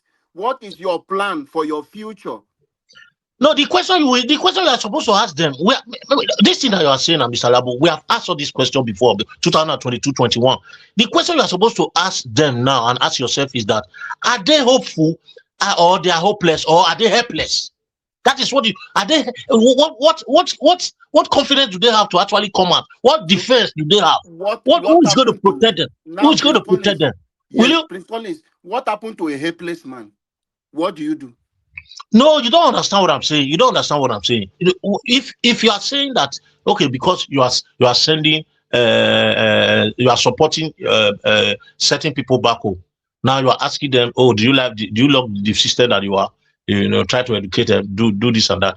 They will say no, they don't like it. But if you ask them, how are they going to make a change? They don't know because they are helpless. They don't know what to do. Even if you not educate them on what to do, how can they be protected? That is an issue. They cannot be protected. Like here in the Western world, when somebody is angered by certain policy, and it's not applied to him or her properly, he go out for protection, and go out for protest, and the rules are the laws are there to protect such persons. But in Prince Nigeria, Collins. it's not there. Look, you No, see, look Prince at what happened Collins. in. Always let them know that their destiny is in their hands. Yes, but Forget they are about helpless. They are helpless. They are protection. helpless. You see, our problem is that every one of us want to stay alive to see Jesus. Alabo. South Africa that is happy today. Me. People make those sacrifices in South Africa. The UK, people No make way, no way, Mr. sacrifice. Labo, Mr. Labo. Let me tell you US, something. Let people me make quickly come in here. sacrifice to get to I where understand you. they I are. understand you, Mr. Labo. Let me tell you something. You see the stage we are now. The stage we were that all those things were happening. We are in a digital stage. The stage we are now. Do you know what? Do you know what? How people can transform the society is to be very, very proactive. A society that is proactive is a society that is ready to face transformation. When you are not proactive, reactive strategy is very wrong. You see, proactive strategy is the key right now. That is why you see that democracy is proactive in nature. When you are not proactive, you cannot. When you become reactive, any reactive situation is destructive at the end. There is no clean slate to in terms of result when it comes to reactive this thing, because the therapeutic intervention will be tedious. You see, proactiveness has to come by what I'm saying now. Fight for electoral instead of fighting for election that you will never win. Carrying Peter B, carrying everybody, spending money. You see, that is already going on. What we be hearing now, what we are supposed to be hearing from our principal now is that there should be, not by him, it should be spearheading the training of people on how to educate individuals on what the law says, That the is kind of going symposium on that is now. taking place. That is Then going on. those that are Obedient in every state will have the Gen Z generation, this thing, the new voters. Prince Collins, when you get involved in your state, whichever state you come from, let me know. I will give you your coordinator number. So you get involved to know what is happening. Obedient is educating young one, new voters who just turned 17, 18. So a lot of, voter education is going on for that is for the obedience, I can tell you. Education to do? I don't understand. What are they educating them to do? When you talk about voter education, to understand the system and know how to tackle it and know how to live No, above it. you don't get me. You don't get me. You see, the education right now should be directed. The key issue that should be treated now, that is contemporary right now, is the electoral law. How to amend the electoral law. You see the problem of defection. That is going the problem on. of If Peter Obi did Mr. not Lebo. come out, let me tell you, there are a lot of people that are obedient who are pushing for the electoral law. Are you aware? People are going around. People like Mama P. People like Peter for Nigeria. A lot of people, they are obedient. Derefaro to me who is calling for it.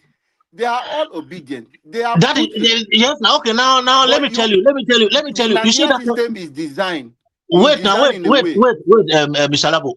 What we need to do now is to go and support. It's not to be talking about the party that Obi is going to come out from. We have to go and support that kind of thing and let that kind of thing take place. It's not to be talking about. Supporting now. People are supporting.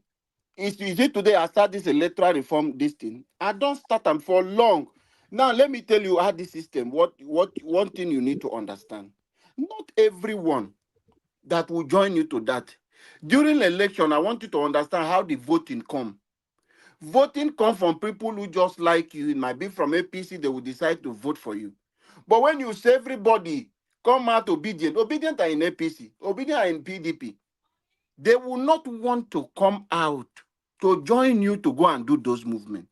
But if it is during election, across political party will vote for the choice they want, you will see millions of results coming out. But when movement like this, you will see just few individuals who will go out and be doing those things. So it's difficult for you to pull all Nigeria crowd you will get during election to come out and follow you and go and do this process. But however, people are there pushing it. And we will get there. It's a gradual process. But what if the man in place, do you want us to fold hands to say, okay, we are pursuing this side, we shouldn't strategize, be proactive, like you said, on what we can do to avoid the mistake we make before?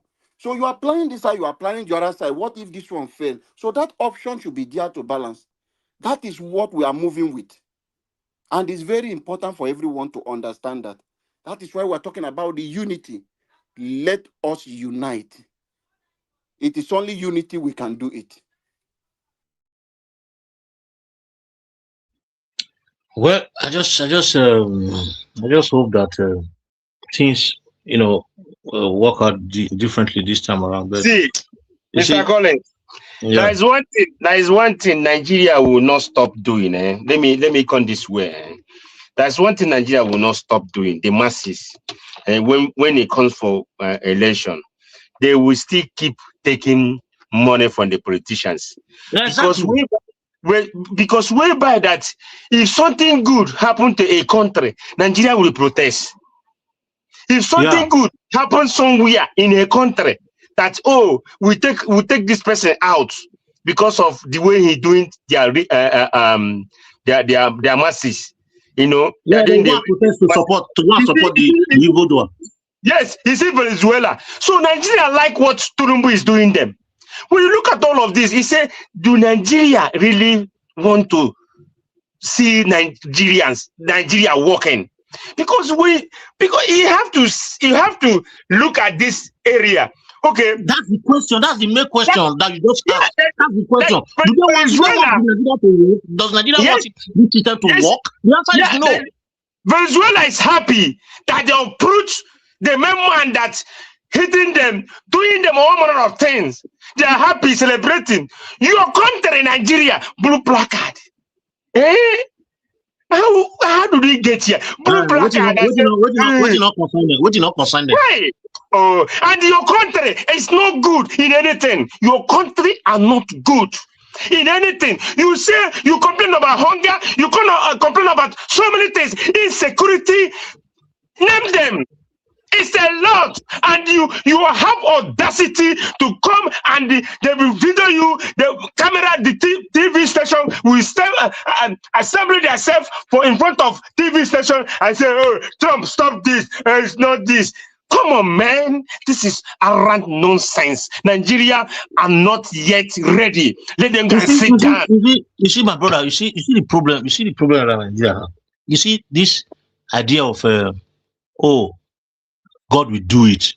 It might come out better. Let them guys sit down. God will do it on the Arab country. They are serving Muslim. Do they have God? They have their own Arab, their own. Okay. Why are we everything we will say God will do? God will do. So why God? Everything God. We always want to live on prediction. That's the problem with Nigeria. We want to live on prediction. We want to live on a faith. Especially let me use that word faith. That you don't destroy our exactly. Say God go do one. say God go do one. Now God go help Nigeria. God go help us. Now only God will help us. Yes, exactly. That thing don't know.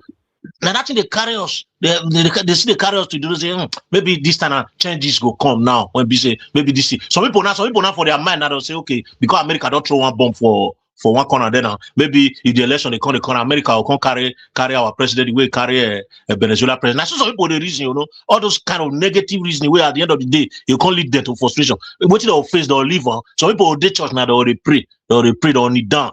They breed or say they pray for Nigeria. When we say wicked day they pack money for Port Harcourt. Some people they reverse, they pray may reverse they better. That the problem will get be that we they live in illusion, we they live in abstract beliefs, things that are not working out.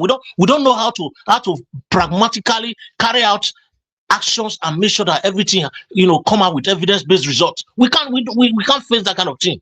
So that is why we must always support. That is why for me, I'm just looking at the whole thing. I just feel for Peter Obi. He has suffered so much because he's just one person. Even some people that are even following him there, some of them are criminals. Imagine that he amend now. Look at what he's saying. If when he was behind Peter Obi, he was praising, saying all kind of thing. Now that Peter Obi left FP, he went to bring a statement. That is a typical Nigeria for you. They are after themselves, they are not for you. They are not for me and you. That is why, for me, Fubara, therefore punish and therefore who can enter inside said, oh, break your head, you go come on. A second go come on for back of your head. Make you use him talk, waiting, follow wicked talk, wicked the drag and they go like this. All those people will die with that way when they do election for Port Harcourt 2023. People will die with that all the people will die for rivers, people will suffer their blood. Now their blood they water all these people, so they don't know. You're gonna do party with devil. You don't get long spoon. At the end of the day, now you tell people make people come help you. Who put you there? Did they put Fubara there? Did the people left Fubara that is not coming to look for sympathy vote? What sympathy vote? I even laugh at those people. In fact, those people that are supporting him in the media to come and say, "Oh, he was this and that, he's trying, he's doing that." Those people they are also complicit of what is happening to him because he's sharing money for them. They are all criminals. Nobody put them there. Fubara and Wike are not different from each other. Not different. Fubara reform innocent. It will be for River State, two of them. Yes. I call it sorry for this kind of people. Sorry for them for waiting. Anything happen to them, me impeach them. Say if they impeach them, you will not say me yes. Next time, if you ever there alive to see another election, you will not say you don't need to do on that God for that reason. Maybe they use people to show example. Make Wike impeach them. Make the carry come out. Make other people they learn. See what he happened to Obaseki for Benin. He himself don't learn lesson. That's what it's supposed to be. Nigeria politics get tradition, get the way they tell the player. See, Wicked all they go now. Wicked on your own. Wicked all they go. He no say you don't they finish now. That's why they drag now. Before you know now, Agbado will carry Wicked come out. He will treat him. He will drop him for the second time. You know, he will do minister for the second time. He will enter his ass. He will, he will get relevant again. People not did that before. The former River State governor Odili, all of them not did that. They not repass him. So he go enter us one day. Now, so Nigeria politics be. But why in there he go do the strong thing? So this Fubara made a grand Fubara, made a great somebody. It doesn't go let them do so. Not be like the way to the investment. Made a grinder for the evil way to do because the best way to do evil. It be like when the 10 commandments when Moses go grant because the people not learn that they can't take a rob pada. That's why there's about grant this Fubara because waiting the plan we plan with Wike way to frustrate the whole state for 2023. You never even pay. You never even pay half of the 6 months the first suspend that one a small thing. Make family made a suffer and made a know what poor people they suffer. I know people they feel for and say that so make you do this one. Why they want do this one? Why they want picture? People are do this one.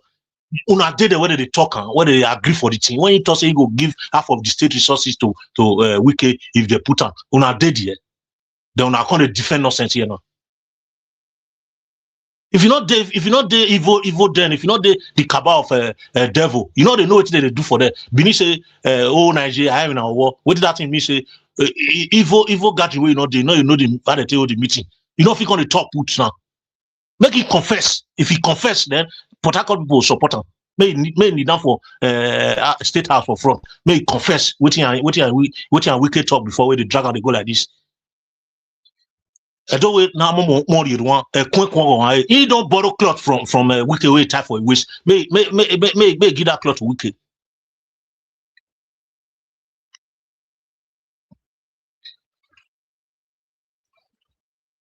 They will say they do election. They will frustrate the people. People will come out, go vote. They will share money, take truncate, steal election. Now you look at this 2023 that is 2027 that is coming out. All of them, they are all defecting one by one. They are all defecting. You will now see when the time comes, you see votes, the way the vote will go. In whatever you will see at the final stage of each state that they will present will not be what is reflecting in the vote of the people. Never, no matter your effort. So those people that the intelligent people that are working towards electoral reform, they are not fools. If you look at the intellectuals now, some obedient right now, they are not talking about the election at all, because they know what happened. We said once beaten, twice shy. They know what happened to them. The time where they ring that former election, they know where the problem is. Now that problem they go to tackle. That's why they see all these activists where they're intelligent, that they talk about the electoral reform. That should be what everybody should be talking about right now. At least for the first 6 months of this year. Not even politics or anything. Open your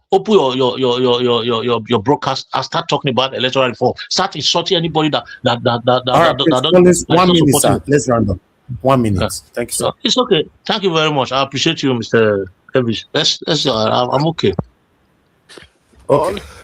Thank you, Chris Collins. I have to give you that long time to speak because that your submission is not something that anybody can cut off.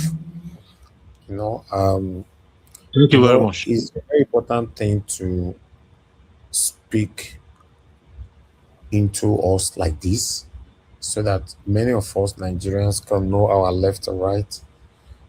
We cannot continue to I said almost similar thing yesterday on our broadcast.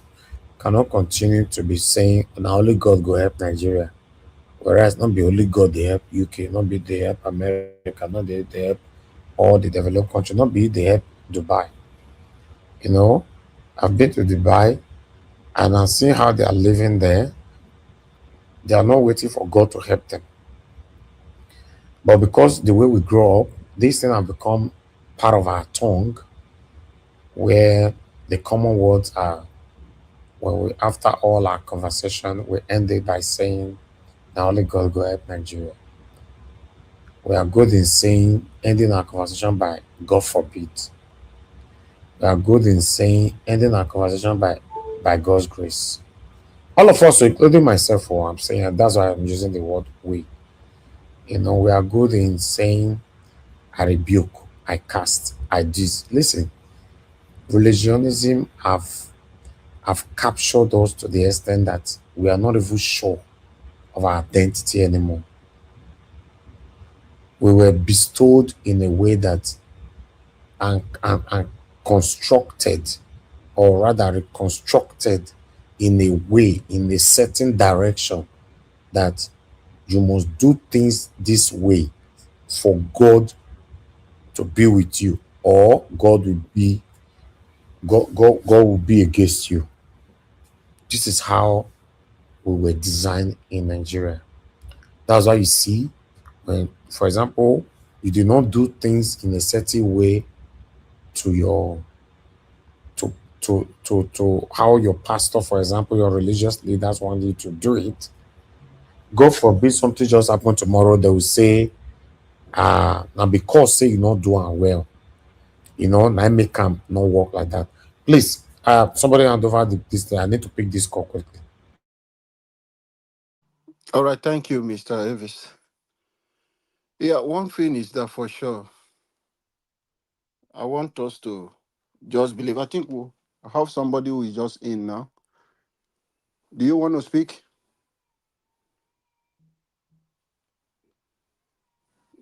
Yeah, go ahead and speak.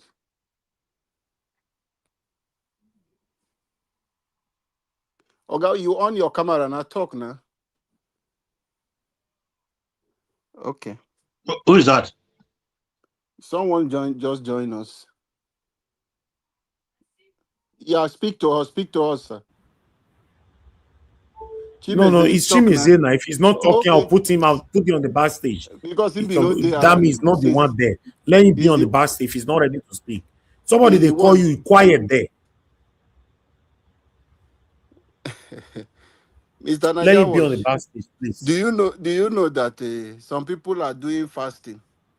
They are fasting for Nigeria. As we they talk, some people they fast on how they I want said to it eat. yesterday now. Yeah, okay. Many churches are doing 30 days. Some are doing 3 months for Nigeria for the things where God don't already give you. Nobody is saying you shouldn't fast. But how they have programmed people for you to believe that you have to bring the whole of your property to come and drop when you don't have anything to eat. That is the only way you can survive. Well, I don't want to talk about those ones before some of you will come and abuse me with another DGO. But the day you will wake up and realize nobody is saying the people you call your daddy Gio that is manipulating you, you are even spiritually inclined than them. You are closer to God than even those people. You looking up to, you calling your daddy Gio. You bring your head that your head is well anointed, blessed by God.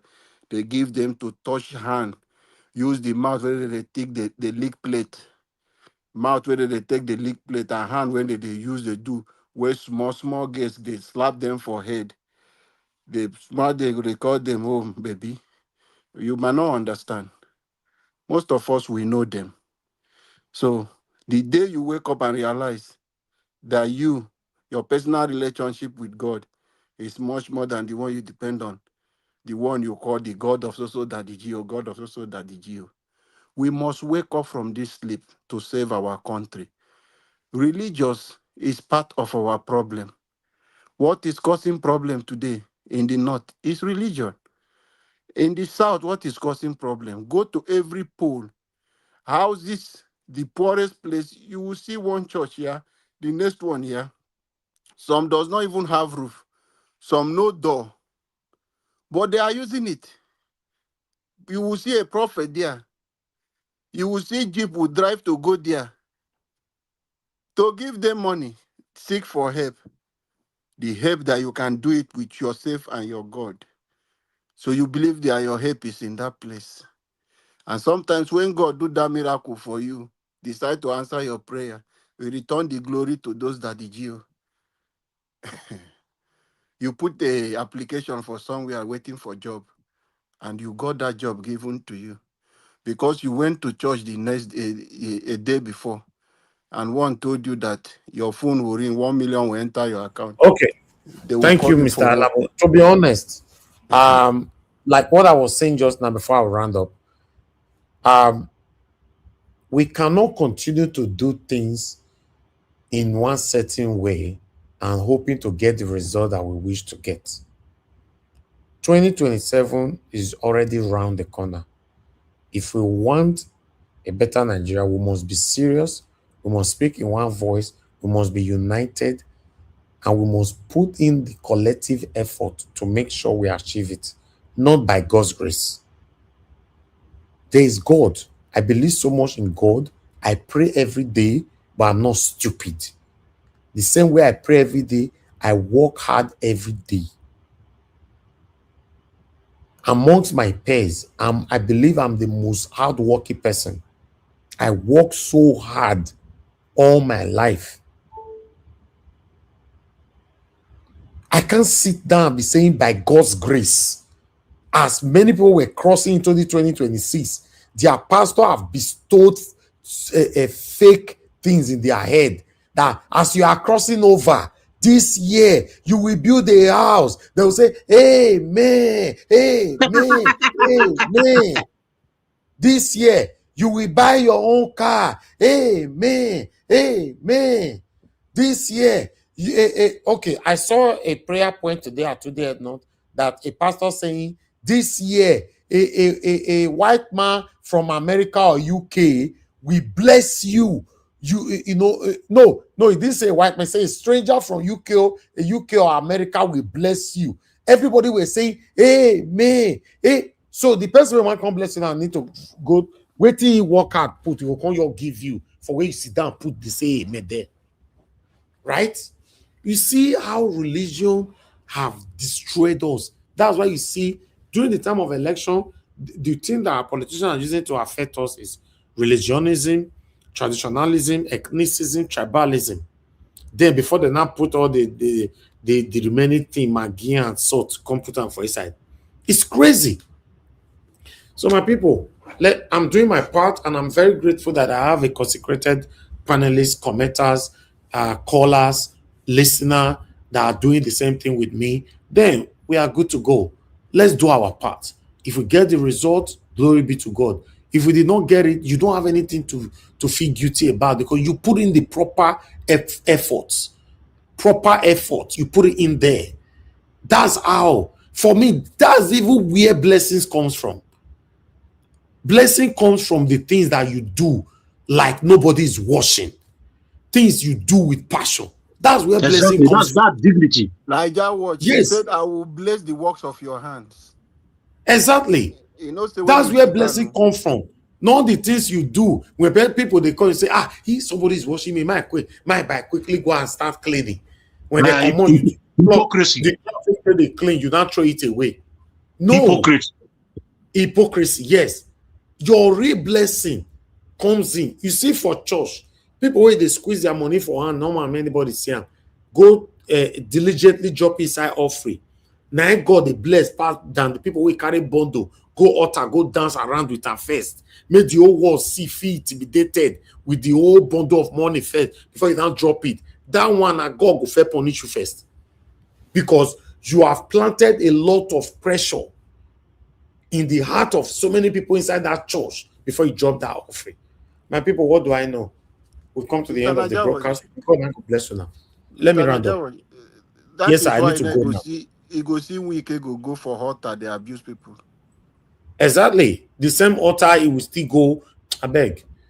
I appreciate you all, my people. Now, God will bless you now.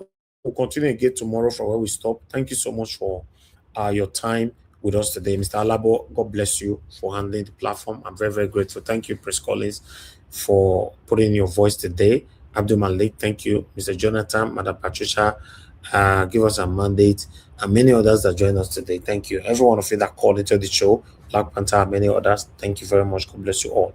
While our people right there on the comments session, thank you. I appreciate you all, my people. Mother of Omom Diaspora, thank you very much, my mother. I appreciate you. Thank you, Abu Azi. Thank you, Mother Iris Finest. Thank you very much. I appreciate you all. Lady Gina, thank you, and many others. And God will bless you, my people. We'll come to the end of the broadcast, and I'll see you guys again tomorrow. Press on the like and help us to share.